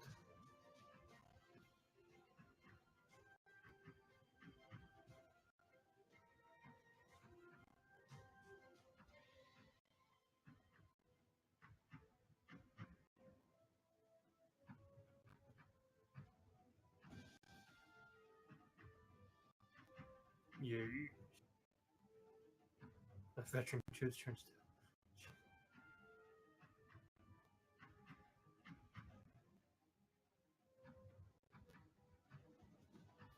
He did.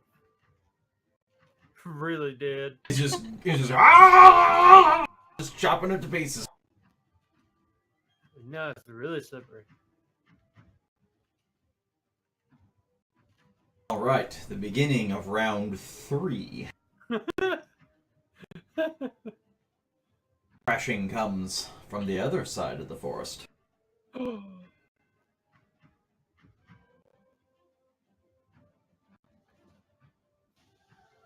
mean, didn't they just see what that veteran guy did? Like, shouldn't they be intimidated? Oh. Great. This side, this side. Great.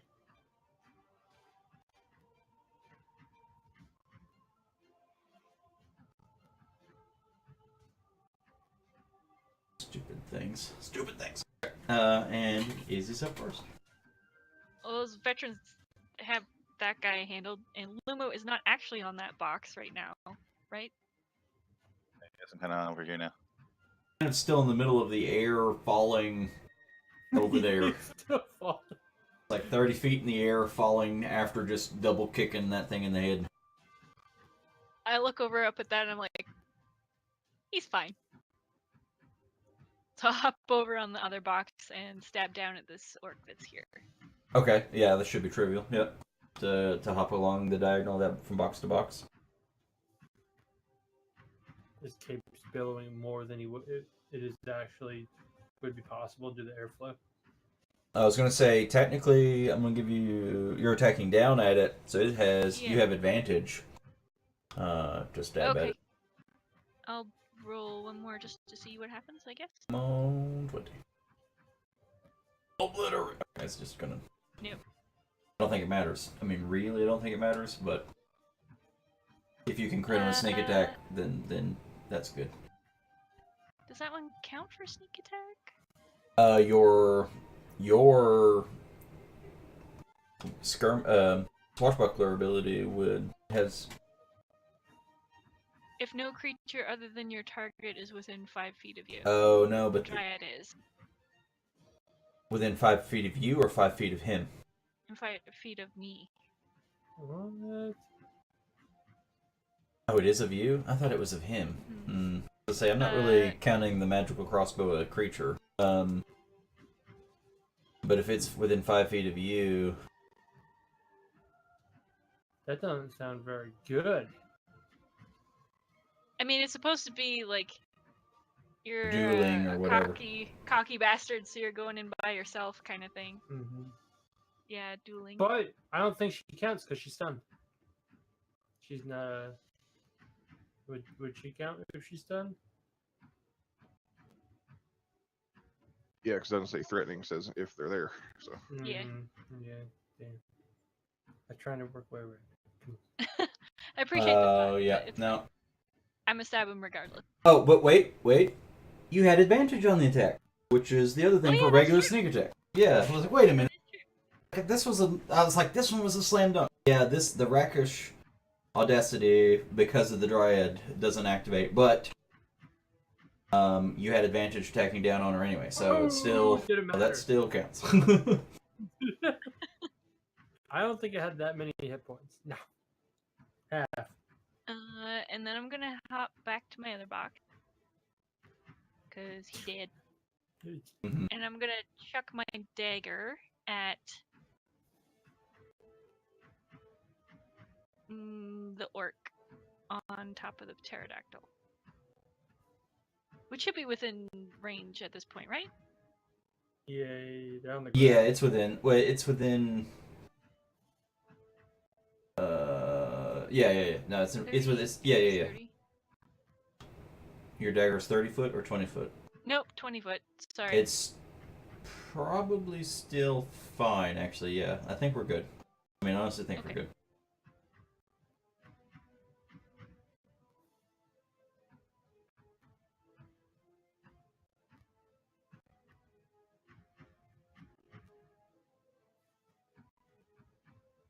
Just a little bit. You know what's funny?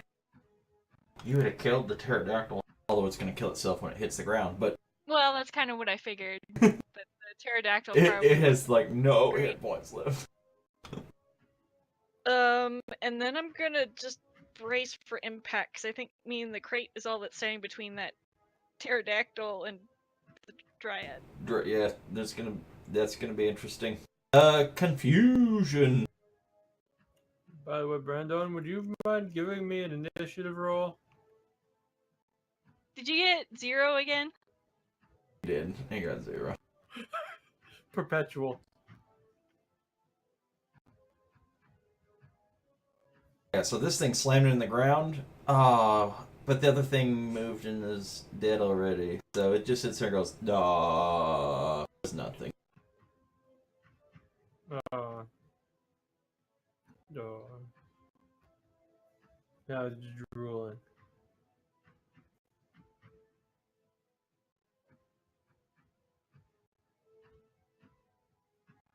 Alright, so this big orc that's riding a Triceratops is going to jump off with its giant two-handed maul and is going to come screaming across the battlefield.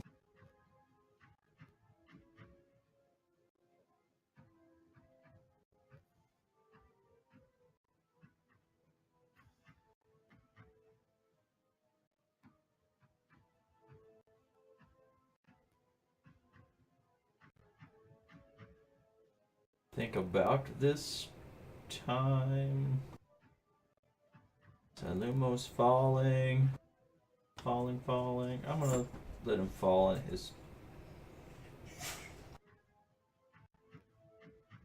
he fell on top of the orc pummeler, that would be so funny. Were you going to use your slow fall reaction to slow yourself on this fall?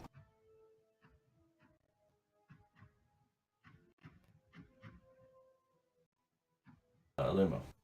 When you fell. Okay, sorry, say that again. Courtney was saying a word or two. When you fall from the like so like you hit the pterodactyl midair and fell. Are you going to use the slow fall reaction to fall on when you land that time as well? Yeah. Okay, so slowing down, so then he will make it past you. So it'll be at the start of your turn. You'll be on the ground, safe.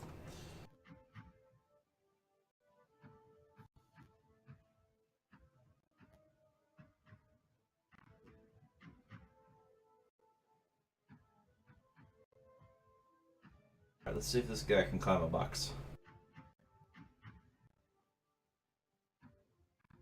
No! Cannot climb a box! Foot in face. So he's going to use his action to swing wildly at you with your foot in his face. Roll a 1 on his strength, on his acrobatic strength. It's great, it's amazing. Disadvantage.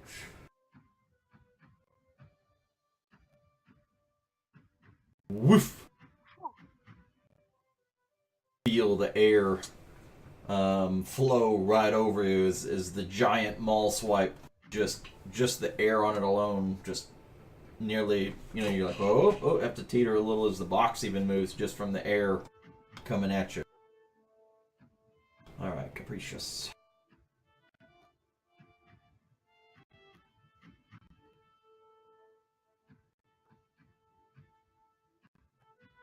Couldn't Bijou like talk to these animals and be like, "Hey guys"?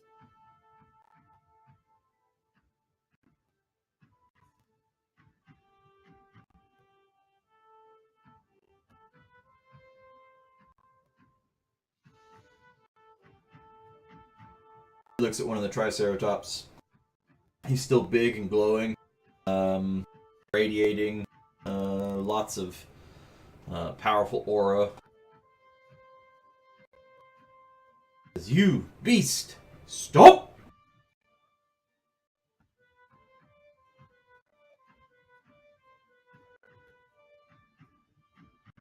As he casts command at the Triceratops that still has a rider, which comes charging it, like it's been charging in through the woods. And you can see, like in almost cartoonish fashion, like scraping backwards, trying to slow itself as it comes skidding to a halt, tossing its rider. Into the tar pit, into the tar pit, into the tar pit.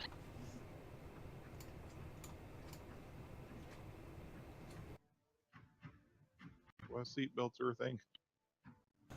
Okay, let's see. It's going to roll its. Where's that other pummeler at?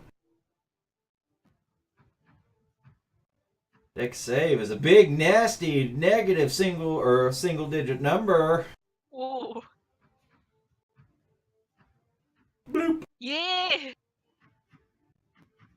Instantly, you hear as it starts to scream as this extreme hissing sound of steam starts releasing from a big bubble that it kind of lands on. Steam flows up all around it.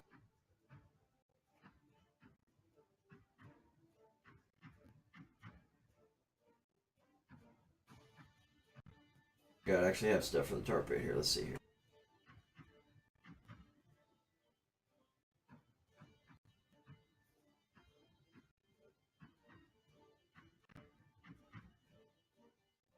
It sure enough got tossed right smack ass in the middle here.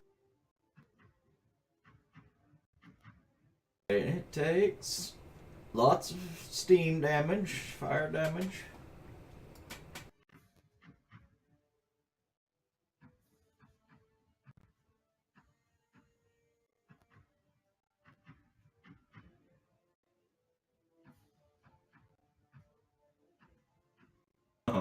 Awesome. Okay. And then that was his bonus action, so Capricious is now with his action.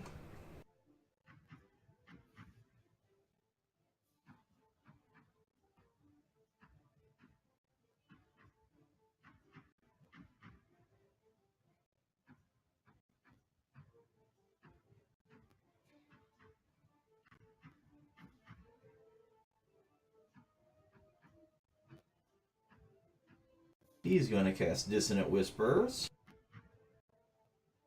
at the other Triceratops.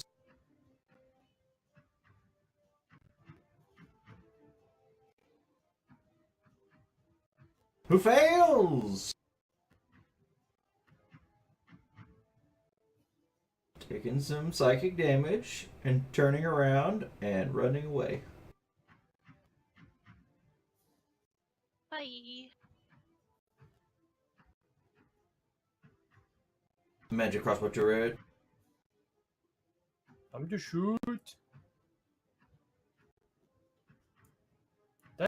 That's disappearing every time on its own, by the way.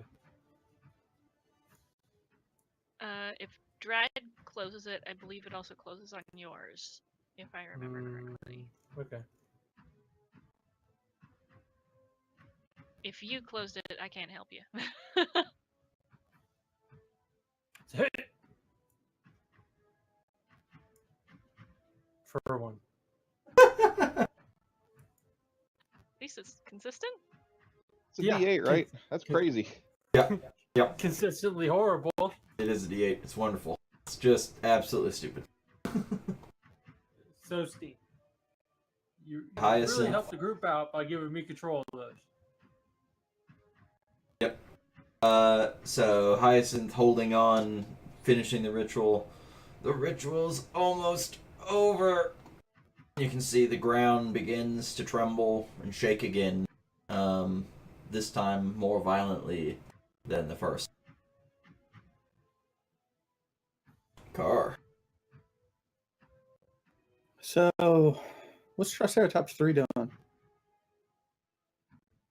Third. It has Eight. come to a screeching halt. Yeah, Okay. yeah. It got commanded to stop, and it just went, and then it tossed the rider into the tar pit, who just Oh. flew over with momentum. Seatbelt.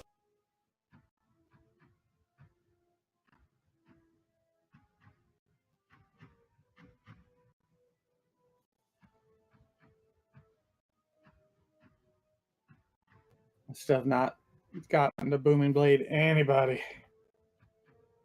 Oh man, that's. It doesn't take much better than that to hit him either. I don't think. All right, so the other thing is dropping like a rock because its eyes rolled back in its head, just going. So this thing's going to try to leap off of here, trying to do something a little too superhero-y, I think. See how that goes. Oh, natural one. That does not go well. That's too bad for him. Crack! Right into the side of the obelisk.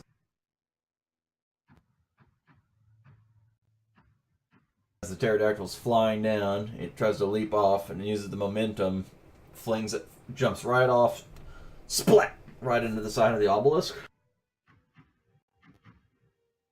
Okay, so it's going to take some damage from that impact.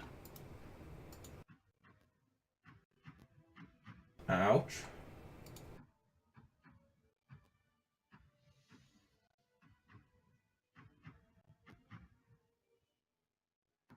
And it stunned itself as it slides down to the base. Stunned.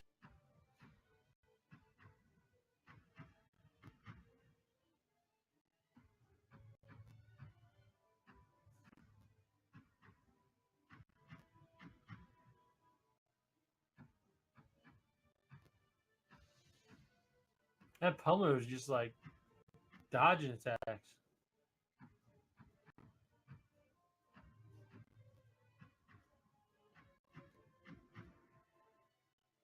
Alright, Lumo.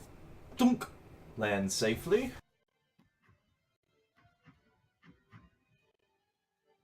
Okay. All right, we're gonna go for the pummeler then. Okay.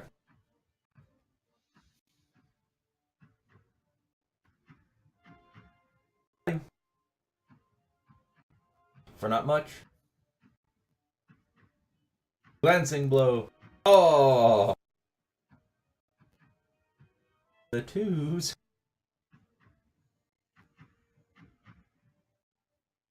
Regular bonus action attack. Yeah. Not a whole lot.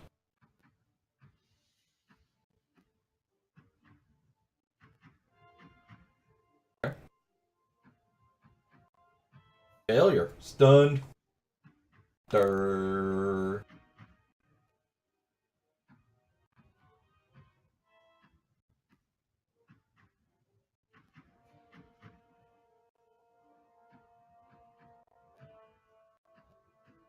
No. Sorry.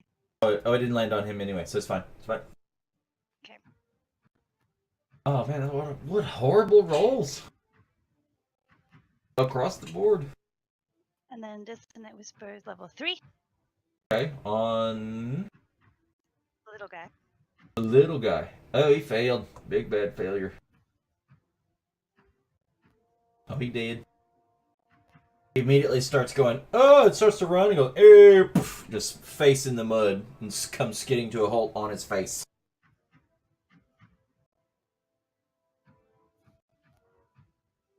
Alright, Pterodactyl 2, coming in hot. Can I ask a question real quick? Yeah, go ahead. If this thing looks like it's gonna land like on the dryad, may I use my inspiration and also my uncanny dodge reaction to, rather than not take damage, try and tackle the pterodactyl and like knock it to the side so it doesn't hit her? Okay. It sounds pretty inspiring to me. I was told to defend the dryad. Yep. Selfless action to defend the dryad. Yes. So you're like, pterodactyl's coming in hot. So you're gonna leap off this box, try to clash with it mid-air, and maybe drag like it down to the tackle ground. it to the side or something. Straight Yeah, up linebacker. just try to like knock it out of the path of her. 100% willing to go with it and also take damage, if that helps. Yeah, and it's stunned, just plummeting, so it won't be able to like fight against you or whatever. Just put it in a chokehold and pile drive it.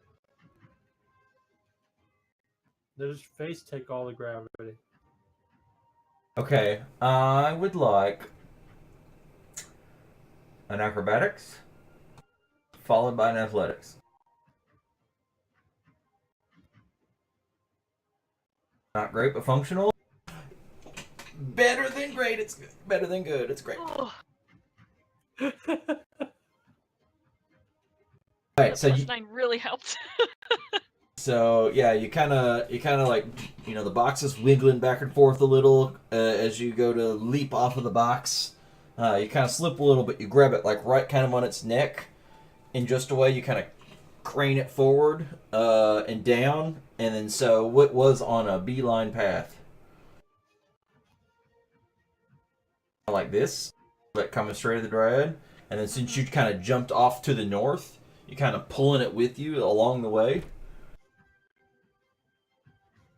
Crashing in directly horizontal instead of at that angle it was on, crashing into the crate and the turret. The crate explodes with the force as y'all crash up into it. The crate behind it explodes. You crack. Both you and the pterodactyl land up against the obelisk. The turret falls, breaking itself, both from the impact and of the barreling pterodactyl through it, but also falling off to the side, landing on the ground. It busts up.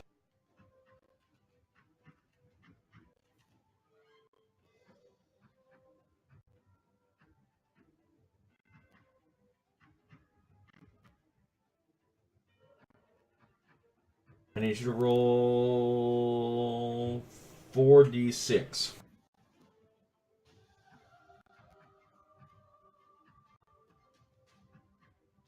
Whoa. That's interesting. You take 6.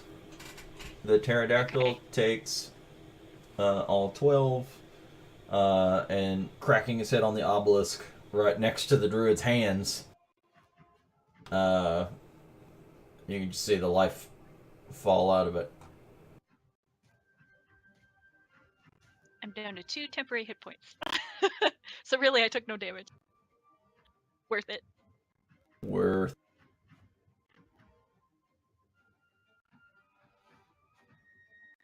Okay, this one in the middle of the tar pit. So I'm like over there now, right? Yes. Yep.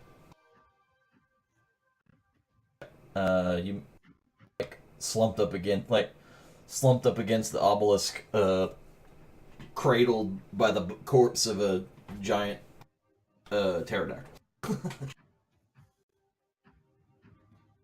Okay, so I'll put a prone on myself too. Yeah, maybe effectively. Maybe not so much that you are prone, but more that you're pinned, like somewhat pinned, and which has the effectively the same kind of effect on you or whatever. So, let's say we've got. So this orc pummeler is the one that's in the middle of the tar pit. So let me pull up the tar pit again.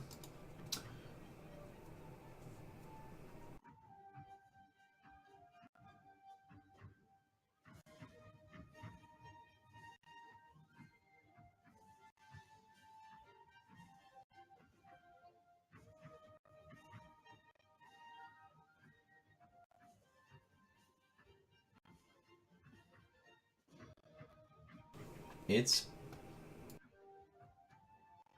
able to pull itself out of the tar pit.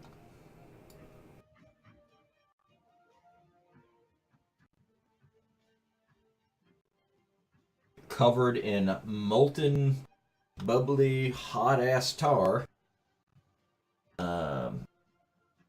It's going to try to remove a bunch of the tar that's just searing into its flesh. Ashtar is the worst. He can't be. Gross. He can't be happy with that Triceratops right now. Oh man, that is not good. So no, he's slinging goo all over, but he's just like coating, just really more as he's trying to wipe it off. It's more like just pushing it into places. More so it's all sticky, so it's like hand on his face, and he's like trying to scrape it off, and it's just not coming off. Ew.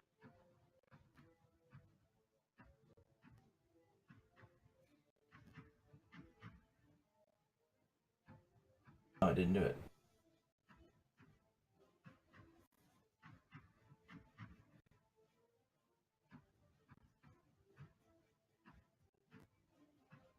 Okay, so he's gonna take some more damage from that. Okay, Triceratops 13. Ran off. Turn around.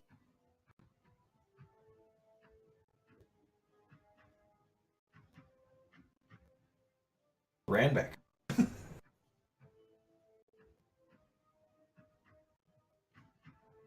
Triceratops 3 is, I'm pretty sure, under the halt action, just not doing anything this turn.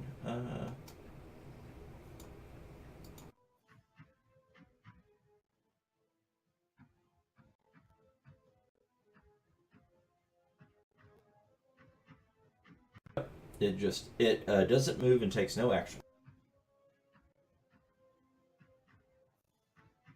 Veteran 1.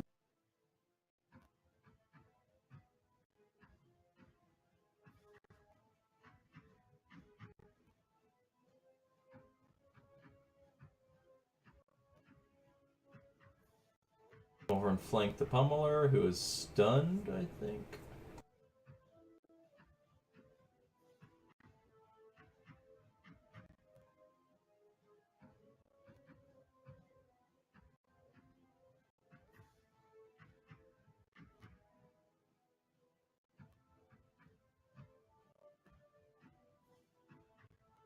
And just myrtleates him. Chopping them to pieces. I feel like Bronwyn would get along well with these guys. Mm-hmm. They make sure they know better. It's the double tap principle. Yeah. They've seen Zombieland. They know how this goes. Alright, so big Ankylosaurus. Okay, how smart is the Ankylosaurus?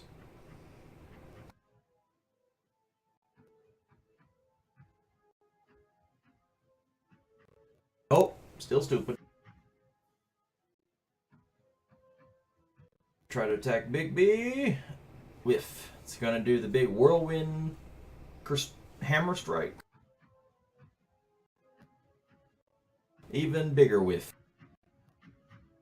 Let's talk about some mostly ineffective Ankylosaurus.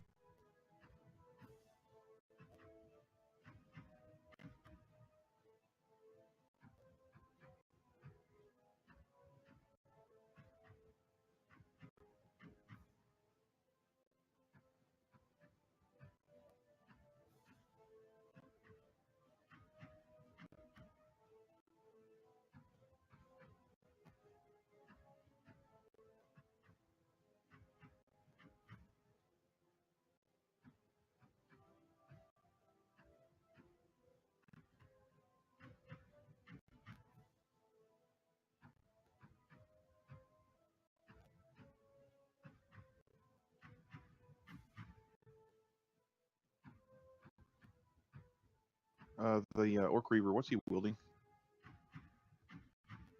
Believe it's a giant great axe. Yeah, great axe.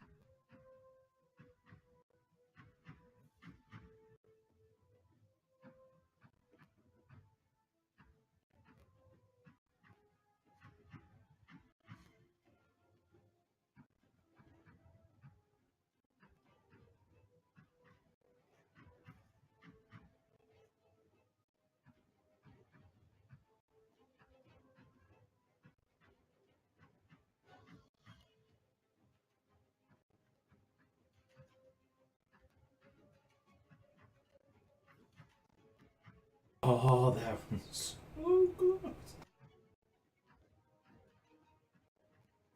Cannot move, so nothing's going to happen in that regard. Loader just like outstretches his hand, and then like a cloud of fleas jumps off of him onto the orc, and just start biting him. So you have your reaction thing to do as well at some point if you need to. Here. Yeah, let's go ahead and do that. I forgot all about it. Let's see here.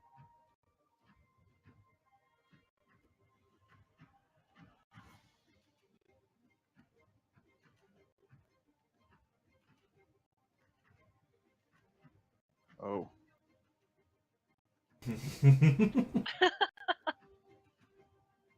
Drag my shield all over here. He does that whole coming back thing yeah, he does. on his turn. Or wait, does he come back immediately?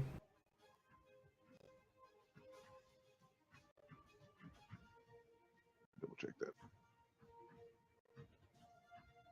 Yeah, it rises at the end of my turn. I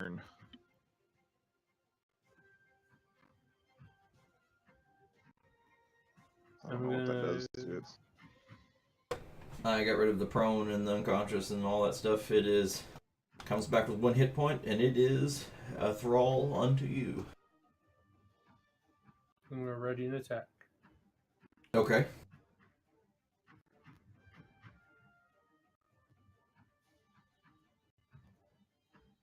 Oh, Izzy didn't go first this time. Okay, so That's knocked out of her. yeah, dar. This when it goes downhill, people. I'm sorry. Sorry.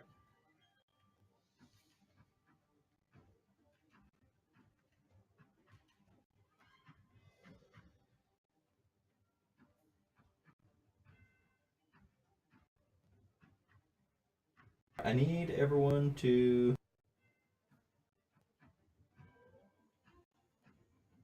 I found some things. I want to share some pieces. Yes, I found it.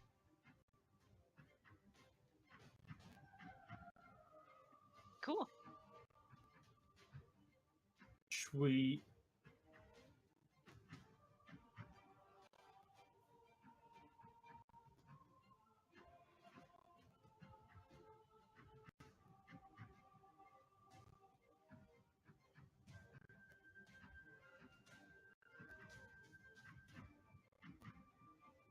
All right, but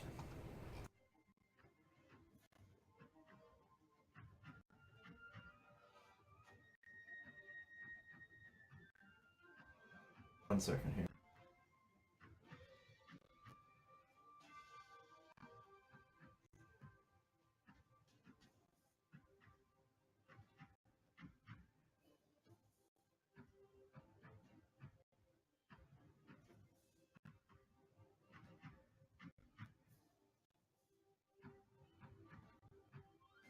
Oh. That's not good. So,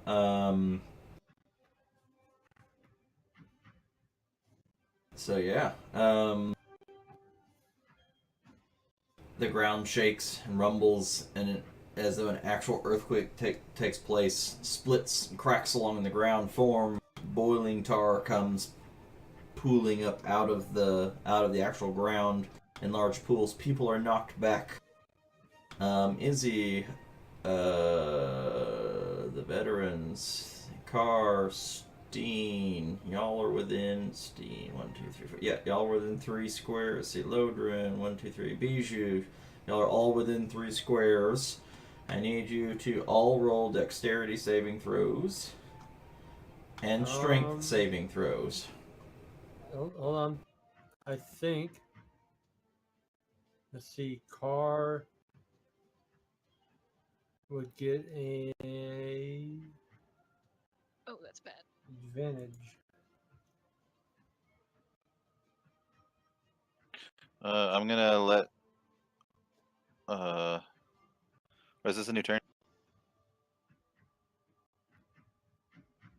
You got to land. Yeah, you used it to land, and you got to attack once you land. Yes, you have a new reaction if that's what you're. All right, I'll give Izzy a new save then. Okay. For her strength save. Okay.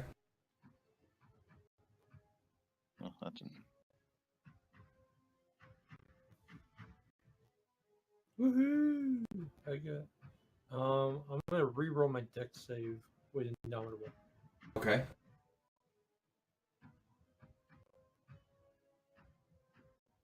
Okay. All right. So. Yeah. From 1 to 16, I'll take that reroll. Okay. So. Let's see. Those that failed the dex. I'll start with dex first. So. Bijou, Car, Lodrin.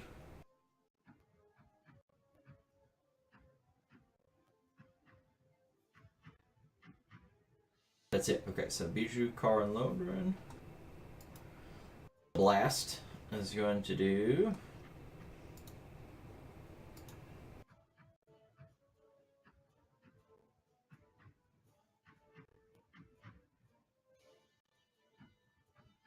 $12 points of fire damage to each of you.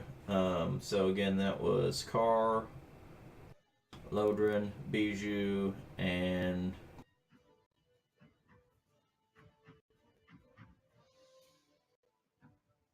the veterans. I think I didn't do them yet. One of the veterans. Veteran, 12 points.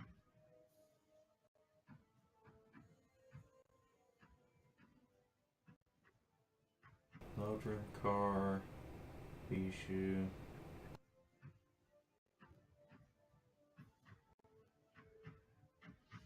Steen re-rolled his dex to make it. Lumo made it. I made a deck save? Holy The crap. Reaver. Not make it. The Reaver dies. The zombie Reaver is no longer zombied. So if every one of you will apply 12 points of damage, Because my shield blocked the wave. from Already that. done. Okay, and then the strength save part is the knockback. So Bijou's knocked directly away from at the diagonal 15 feet. Okay, let's see. Izzy knocked half as far because of her pterodactyl.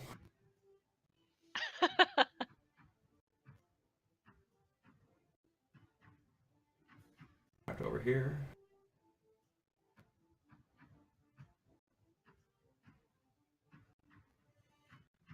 Oh, and Capricious would have had an advantage on his deck save if he made him. Yeah, he was just far enough out. He was outside of the radius, so him, Oh, okay. the veteran, and Lumo are all on the line. That's all outside of the.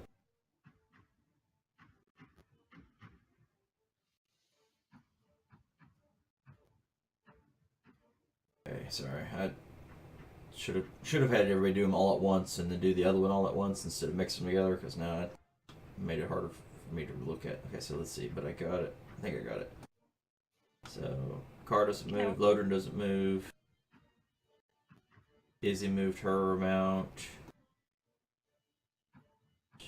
Lumo's fine. Steen is fine. Okay, yeah. So nobody else had to move anywhere. Okay.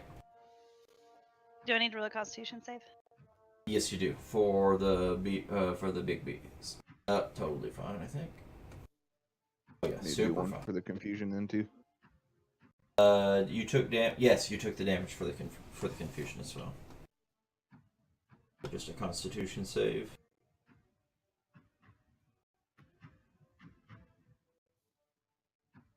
Yep, and you're super fine. And then you're the only one concentrating on anything? Okay. I think all that happened. So then, now everyone's going to have to help me for just a second. has, I've got something else. Yeah, giant monster thing with freaking legs, teeth, and Teeth, legs. yeah. I mean, it's apparently by distributors made of razor sharp teeth and powerful legs. So I mean, Battle Map 2. Oh boy. No, Bixby's hand. He's not on the ground. He's fine. Oh, okay. Holy moly. What did growth you serum. do? Gamma radiation tar pit. Once. Godzilla? Oh, there's no grid on There's it. no grid. That's what. Oh, frack.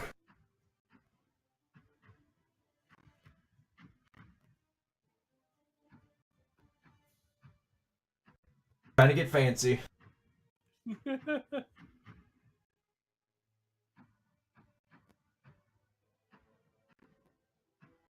It was like perfect when you first put it on.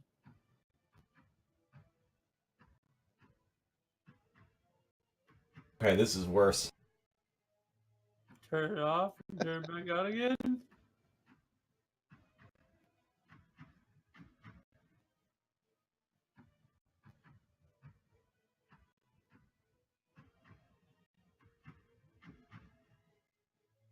There you go. Okay, that's serviceable. Wow, that was Yeah, fun. it's good. And it's just as good as the one that's on the picture we're using it. So.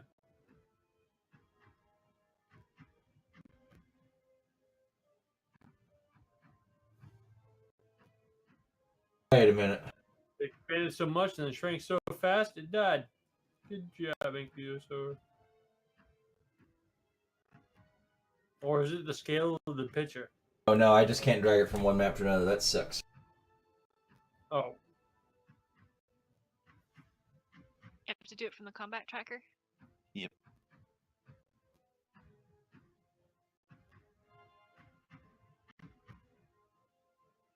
Alright, so we can close the old map then, right?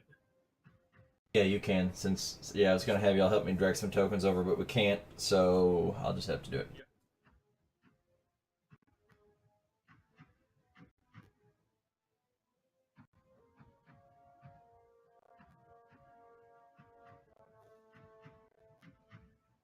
Oh, bees, you're so close. Right. Keep your toes in the tar pit.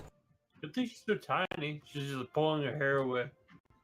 Yes. Oh, the tar in the hair. Be sticky mess. Be like bubblegum.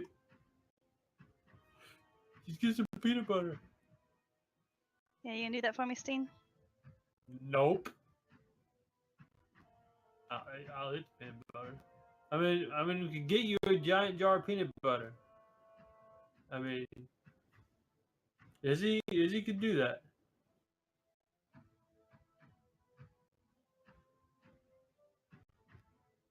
Gene's method would just remove all your hair. It'd be the easiest way. He's not one for finesse.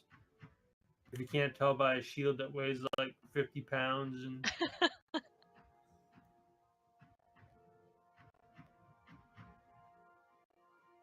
all those anime characters bring giant swords, he brings a big ass shield.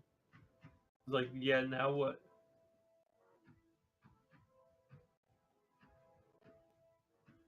Oh, that orc just got out of the tar pits and now he's back in it. Man, he just gives up on life right now. He's just like, oh.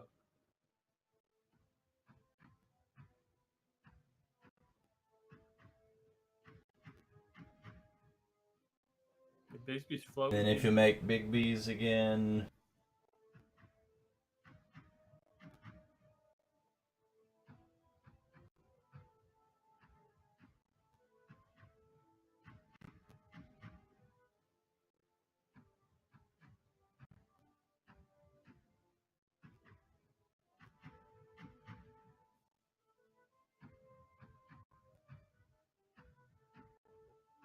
I think he was there-ish.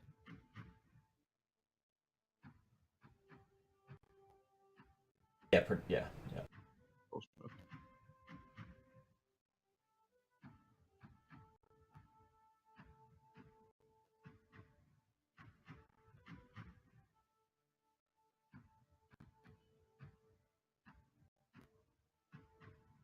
right, top of the round. Hyacinth.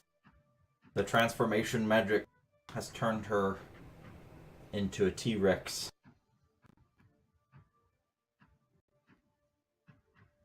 If only we knew where to get one of those.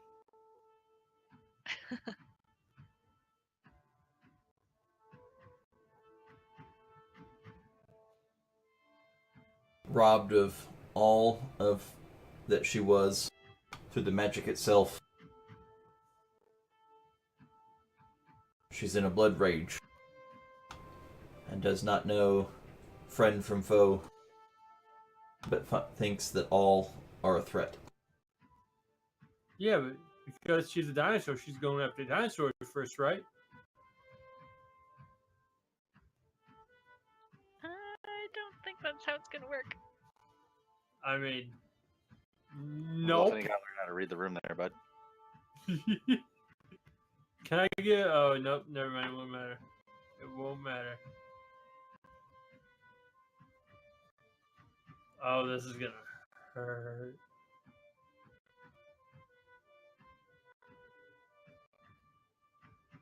Can you take like reduced damage or something? I don't think I can because I used my uncanny dodge to save her from that pterodactyl, and it's not my turn again yet. Oh, yeah. Otherwise, I totally would because that hurts. Oh man. And you are now I guess grappled within the jaws of the T-Rex. you know how it feels then. Mm, Getting so. Ah, see, now you can stab him in the face, no problem.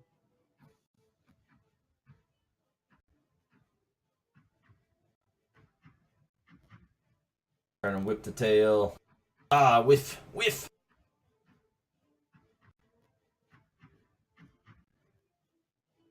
Capricious is going to turn and go, oh, shit.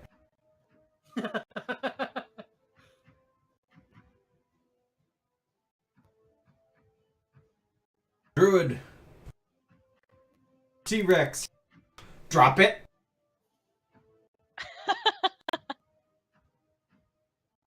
Oh no, not the cheese, the keys. Put the cheese down, get the keys. I love that movie.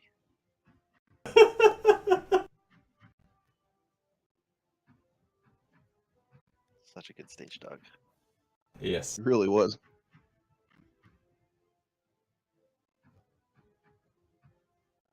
Okay, so the T-Rex is going to go, Puh. Just drop Izzy on the ground. and fall damage.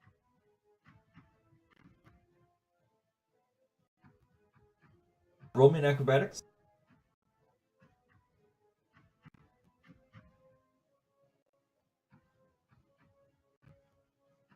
I am no monk. No monk. But you land without being prone. Hey! So you're good.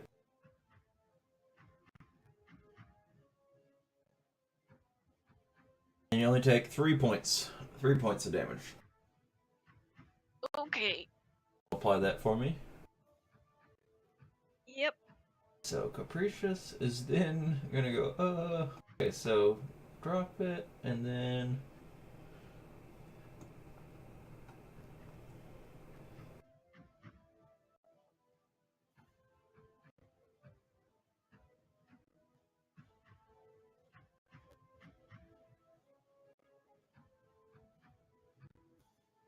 Oh, yep. Nope, we're doing it.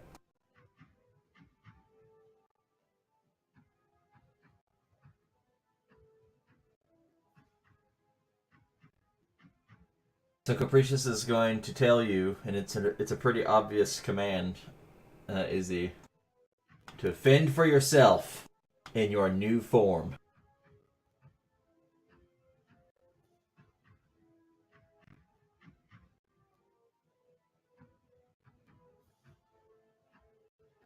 What?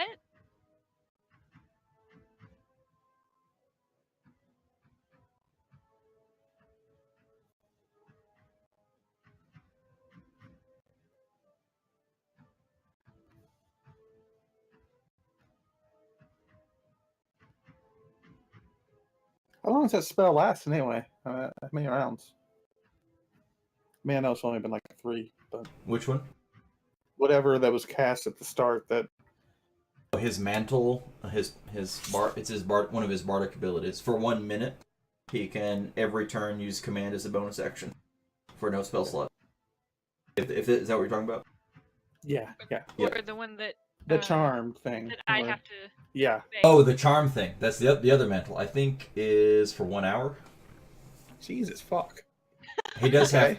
have to use a full minute to enact that ability, which he was able to do while everyone was setting up.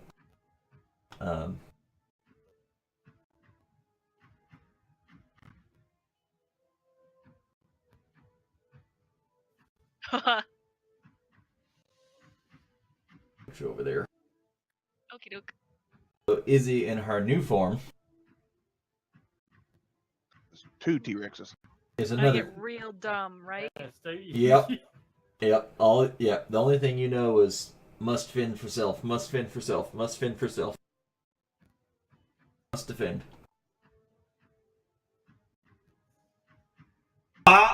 Veterans like freaking out. Both of them. Fucking 2 big ass dinosaurs. People turning into dinosaurs. It's just not cool. This is not what they signed up for. Can't go anywhere because there's a pool of oil behind him. I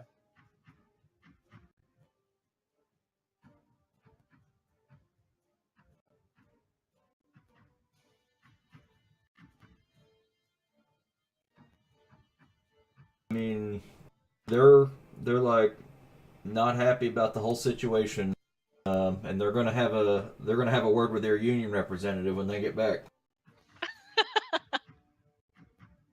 But they're grizzled veteran fighters, so they just bark at the command. They go and they fend. They attack this big ass T-Rex. I think that might be advantage. I think that's probably true.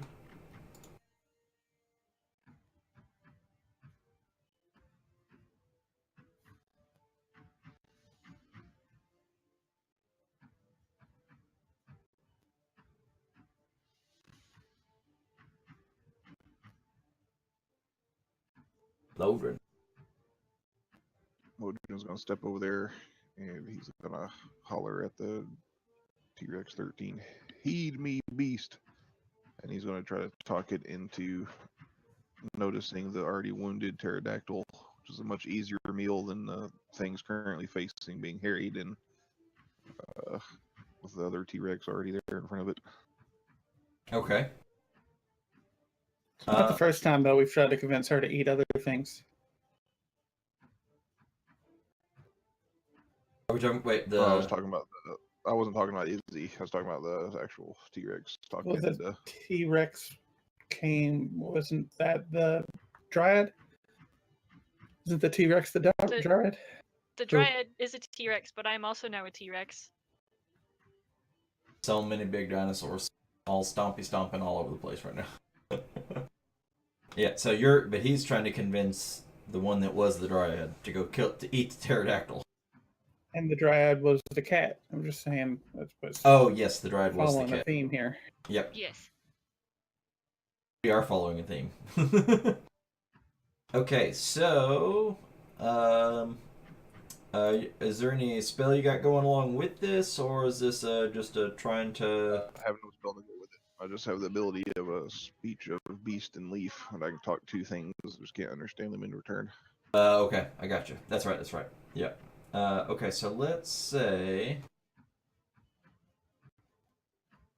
there is an actual animal handling skill within your skills. So roll one of those. Speech of beast and leaf also gives me advantage on those. Okay, then hit it with advantage.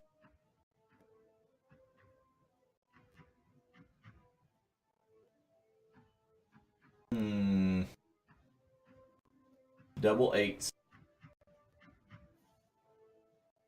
Aces and 8s. It's the devil's hand. You can see that the T-Rex kind of regards the pterodactyl, and then it also kind of looks around at all the things that are around it that are like kind of hostile, and then kind of looks down at the veteran, and even's like, yes, like internally it's like food, but defend self. So you see that it's latched on, looking at that veteran on the other side of it right now. All right. Well, I'm just gonna like look left and right, like I'm not the bad guy here. And for my action, my bonus action, I'm gonna draw out a torch and light it and drop in the oil. Okay, Yeah. you're gonna try to light the tar on fire. That sounds excellent. You're gonna toss it over by No, them, right behind us. just right beside you. Yep. Okay. Sneaky. Okay, light your torch. That's your action. You're gonna toss it. Yep. I'm just gonna like bloop right into the fire. Is it like right there? Yep. Okay. Roll me a D100 in the chat.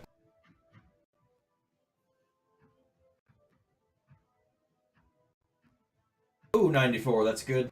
If it was low, I was just gonna say that it went and then put itself out in the tar, but it lands just on top, and then the actual torch side, the stock side of it, starts sinking, and then while the torch gets to kind of rest on top for a long time, and it begins to ignite the tar.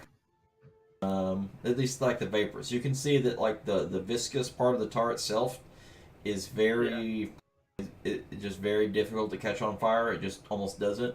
But like everywhere there's like a little bubble coming up, it's like some of the steam comes out. The gases that are released when it does, like just erupting in little bursts all around where the torch is sitting. Oh yeah. Just let that catch. Mm-hmm. Boxing the T-Rex. Okay. With the giant sword, just kind of pushing into it, like leaning up against the. Alright, so Trike is flailing, and getting burned, and all kinds of nasty stuff is happening to it.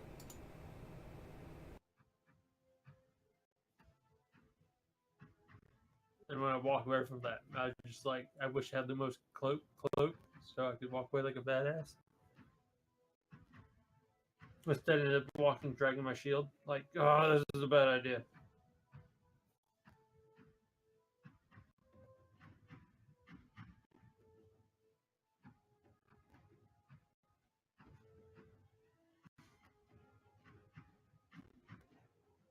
Alright, it takes some of this.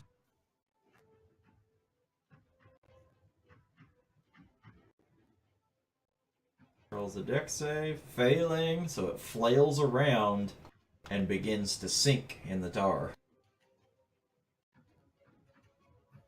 Age-old Jurassic story.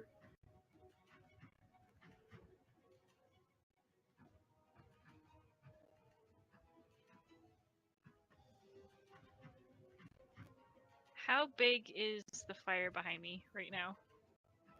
It's localized to the size of the square of the torch for the time being. But it's coming up like it's almost like a Bunsen burner, if you will. And it's just and it just keeps coming up in like little tufts of flame. So it's not like an actual blaze or whatever. Not big enough to be alarming. I mean, your beast side of you is not totally not happy about it, but Yeah.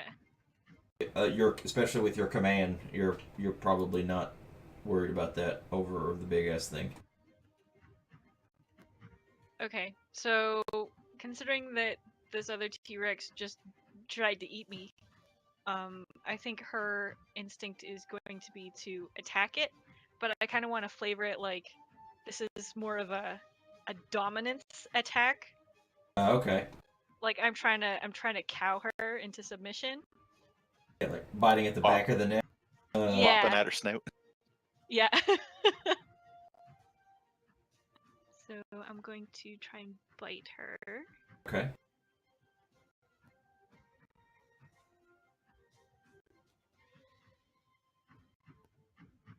All right, that's a big hit.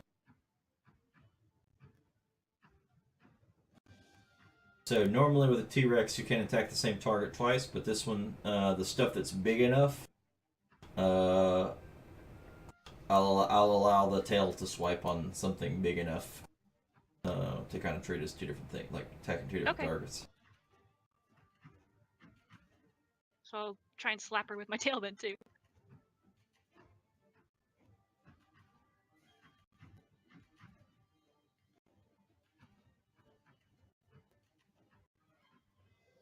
And it is too big to be truly grappled, I think, like automatically. Yeah, I can't grapple it unless it's medium or smaller. Okay, yeah, that's what I thought.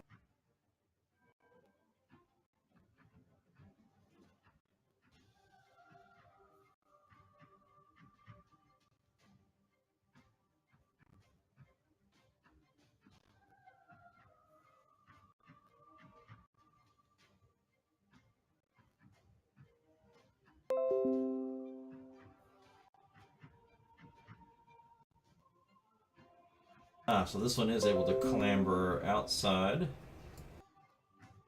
Still has stuff on it on its back that's scalding and not on fire, but definitely burning it just due to its boiling temperatures. You can see just like some kind of animal that'd be injured or scalded in such a way, it just takes off yipping, like crashing through trees, craning its neck back and forth, just knocking stuff out of the way as it just goes charging through the forest. Just gonna go ahead and take it off the combat track with it running for its life. Fuck whatever the orcs want it to do. It's done. And Bijou, you're up. Yeah, sorry, scrolling.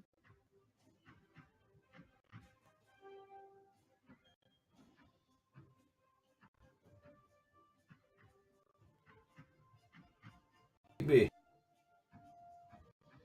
Kadoosh! Oh, what the shitty roll? 1-1-2. Gross.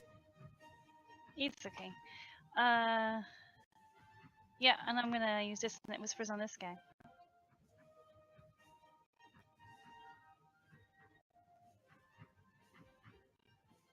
It is too concerned with being swallowed by tar. To be scared by my noises. Yes. Like, the Ankylosaurus is already in the muck, so Big B just kind of like boops its snoot further into the goo. Yeah.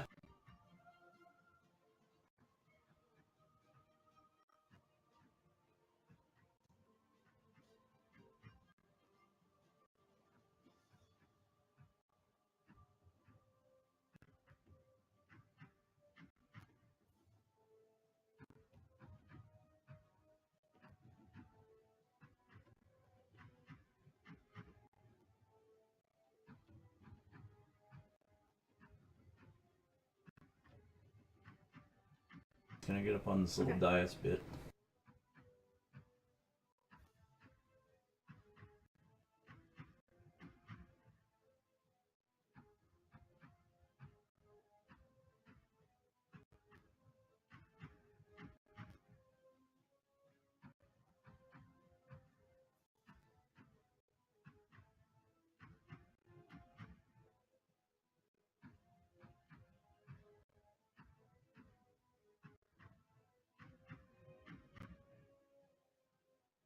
Pterodactyl 1 is still confused, and it just doesn't do anything. And Carso. I mean, we've done this T-Rex thing enough to be like, we have to take this T-Rex down, and she'll pop out of it. We hope.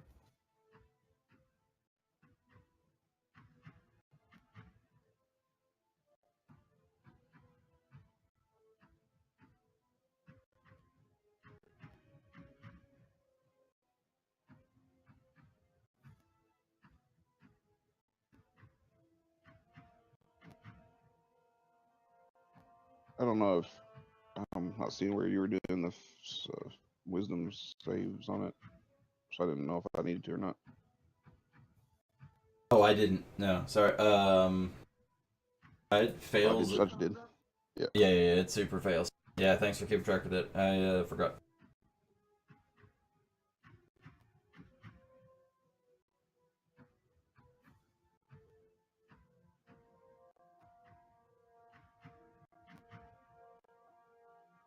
Okay, so then Lumo's up.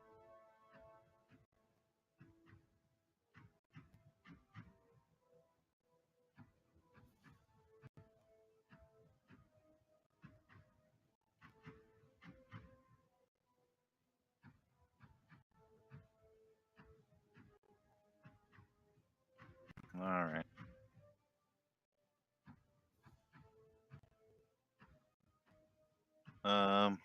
I want to climb up onto Izzy. Hey, wait till after the roleplay's over.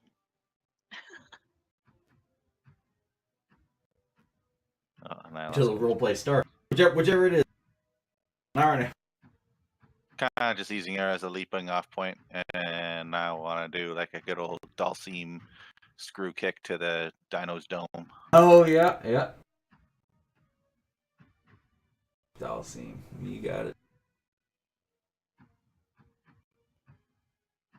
I was thinking more of the M. Bison head stomp, especially with the healing cape. Head stomp and then jump off and then jump back for the punch to the head. Yeah. I gotta say, I like it. Gotta say, I'm a fan. I'm a Lumo fan. Not hard to hit the giant ass T-Rex, as it turns out.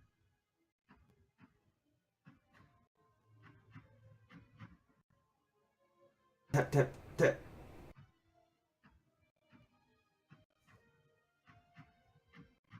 All right. Well.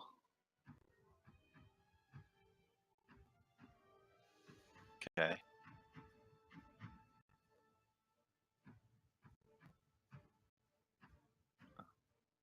I can't move me anymore since I'm on the fucking T-Rex icon.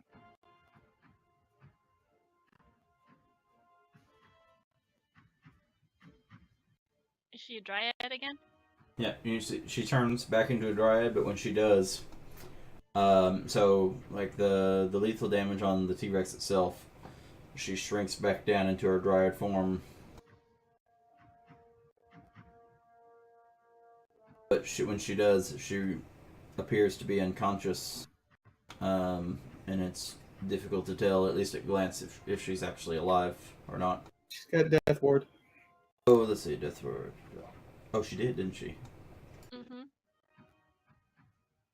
Good idea, Just picture Izzy. Lumo's flurry coming in. He hits like the T-Rex once, twice, and then she goes back in the other form, and then he hits her again. He's like, what? I'm sorry. Okay, so death ward, if she would have went to 0, she just went to 1 instead? Yeah.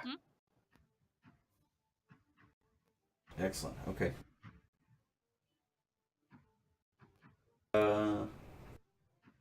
I still just think she's gonna be, because of the power, she's still gonna be unconscious, but she's not gonna be questionably dead.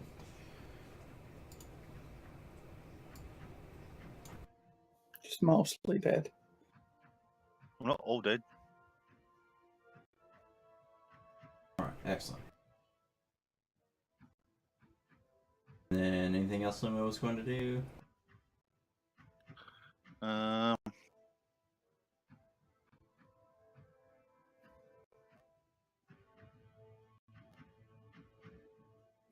Go over here and billow dramatically.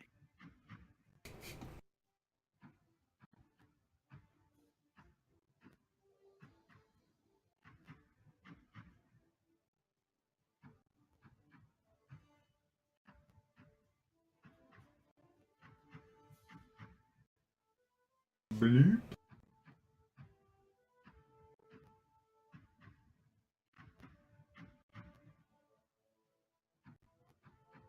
He's gonna try to get the goop off of him. to swim to the edge of the boiling pool of tar. That hurt. Absolutely cannot come close to getting any of the tar off. He just collapses. Burning to a crisp. Hey, I rolled 15 initiative again. Wait, no, I haven't. Damn So it. it's not the next round. It just moved. For some reason, my combat tracker moved. Yeah, because something... I just removed something off of it, so it may have moved a little bit, like, scrolled a little bit. Okay, so... This thing, get out of here.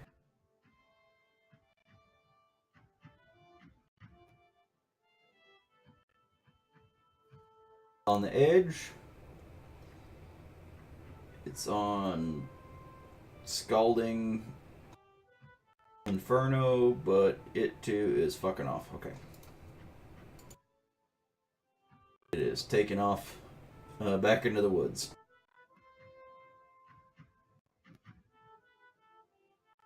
And round 5, no, nothing happens.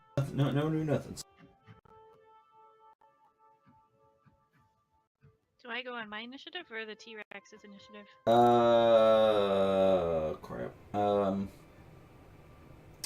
think you're technically go on the T-Rex's. You go on the T-Rex's initiative. Okay. Alright, Lumo. You're billowing. Billowing in.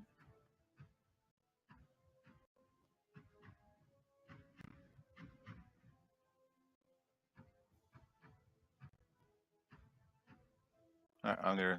This dude's on the ground still, right? Pterodactyl, is that the dude you're talking about? Yeah. Yes. He's literally just been standing there with like the most like cast over eyes look, like just barely upright even. Surprised he hasn't forgotten to breathe yet. Fracking confused.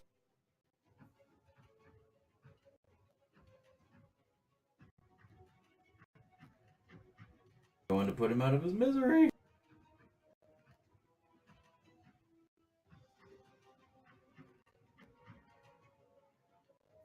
Hey, there you go. Guy's been on just a lot of stupid luck staying alive over there. I mean, didn't move. It was gonna be Lumo's mount, but Yeah. No one will replace Clip Clop. you could carry Loyal. Clip Clop while you're on his back. Might eat him afterwards, but you know.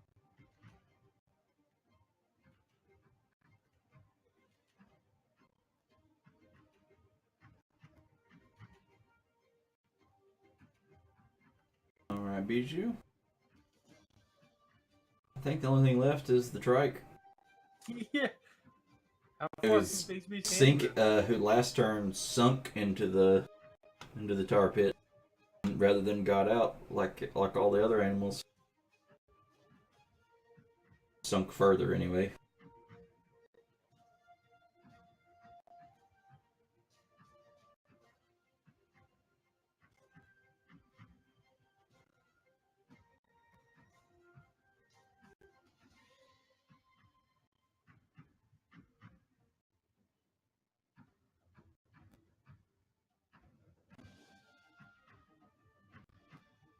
Ah, Bijou's gonna punch it.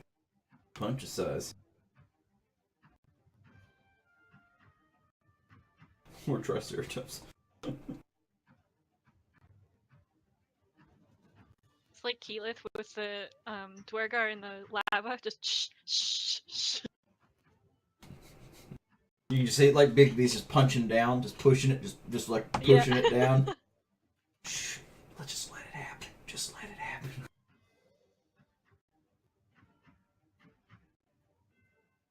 Capricious is going to release concentration on the T-Rex.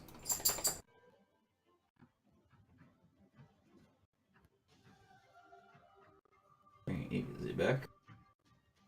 And I think, like daughter, like father, instead of with Big Beast though, he's gonna first start commanding. Gonna command stop, so that it takes no actions. Halt.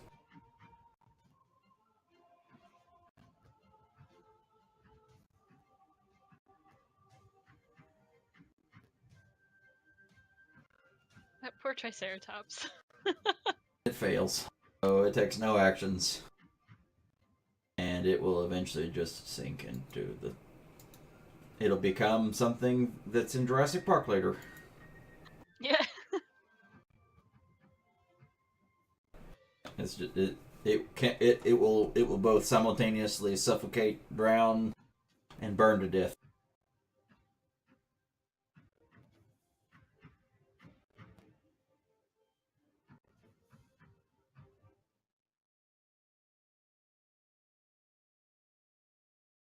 As we made it.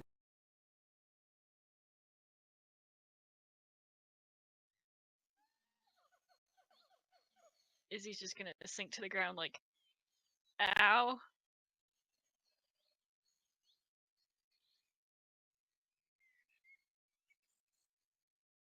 We're on the real long game today, so we'll probably do like maybe the tiniest little bit of if anybody needs to say or do anything real quick to kind of progress, and then we'll leave conversation with if we can get the dryad awake and all that stuff for the next time we get to play.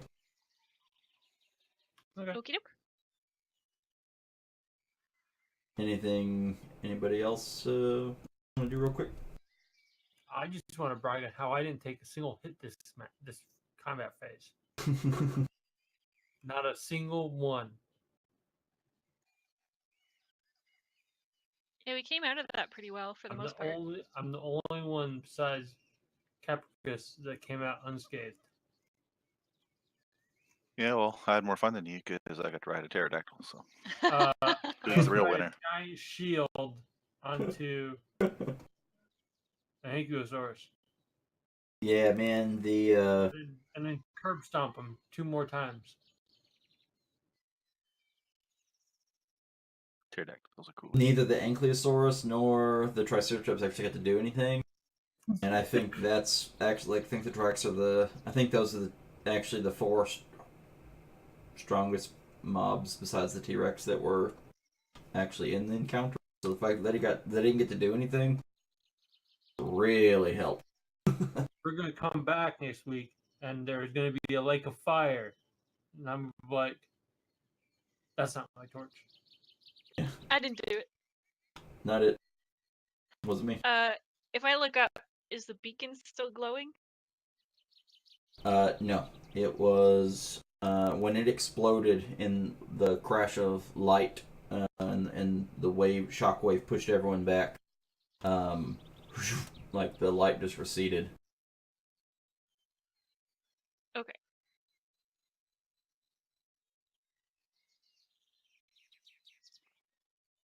Well, that was a good fight. I was really worried when we had 2 Ankylosaurs, fucking a bunch of finger waggers and some Triceratops. Yeah, Like, the caster ones didn't get to do anything, and the guys with the big ass mauls who were the strongest orcs didn't actually get to hit anybody. So it was nice for you guys. It worked out great.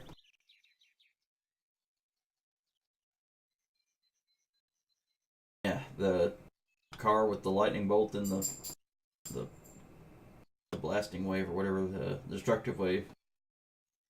That hurts things. Man, that was badass. Just 2 like crazy good spells in a row. Destroyed like 10 mobs in 2 rounds. Yeah. I was gonna Earth Shatter or Earth Stomp all of them too, and it wasn't gonna hit a single one, but it would have been fun. Be right back. It was a good thing today. A little bit of role playing, some battles, multiple maps. That's kind of cool. So yeah, It was a good day. as I was telling Digger earlier, what I wanted to do matched up perfectly with like a one-shot adventure that already existed in official D&D. So I put all the spin about the cat and the dryad, being an actual dryad, and how it tied to the story. All that was part that I come up with the actual mechanics of the fight, the 2 maps, the what mobs you fought, the obelisk ritual part. It specifically was all part of a one-shot adventure that D&D published. So I got to copy that piece. Nice.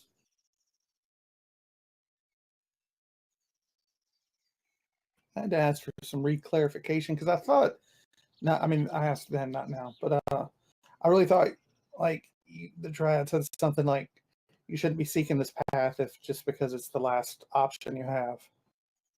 No, She did say that. Or not, maybe not that you need in your heart at least another reason besides this is the easiest or what's presented in front of you or.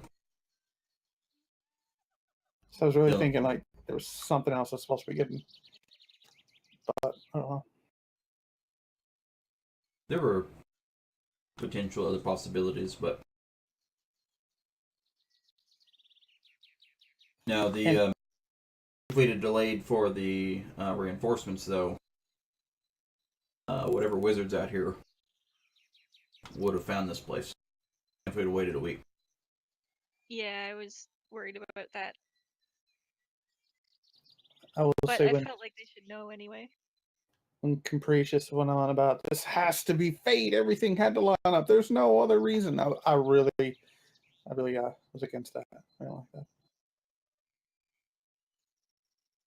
And he's also not been through as much. He doesn't know anything about the gods meddling with fate and all this other stuff that you guys know about, which makes perfect sense that you would be, a little apprehensive about following that logic, especially when Mistress said that she wasn't a part of setting your fate in motion anymore. That was done with.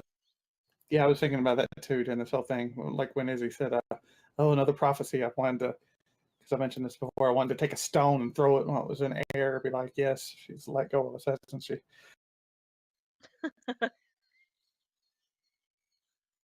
She has. Well, I mean, again, she may have. We're still in a definite direction. Also, as we know, she doesn't know about this place either.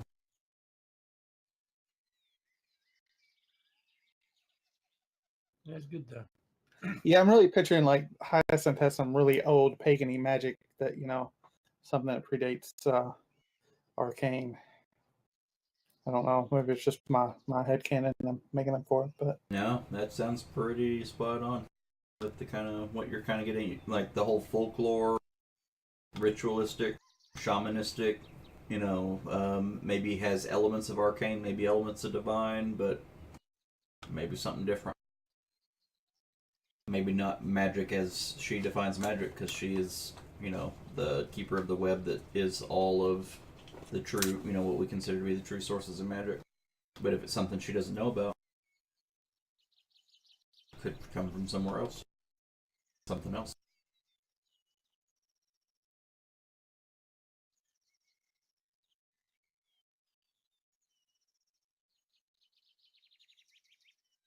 I'll cut the stream. That was awesome.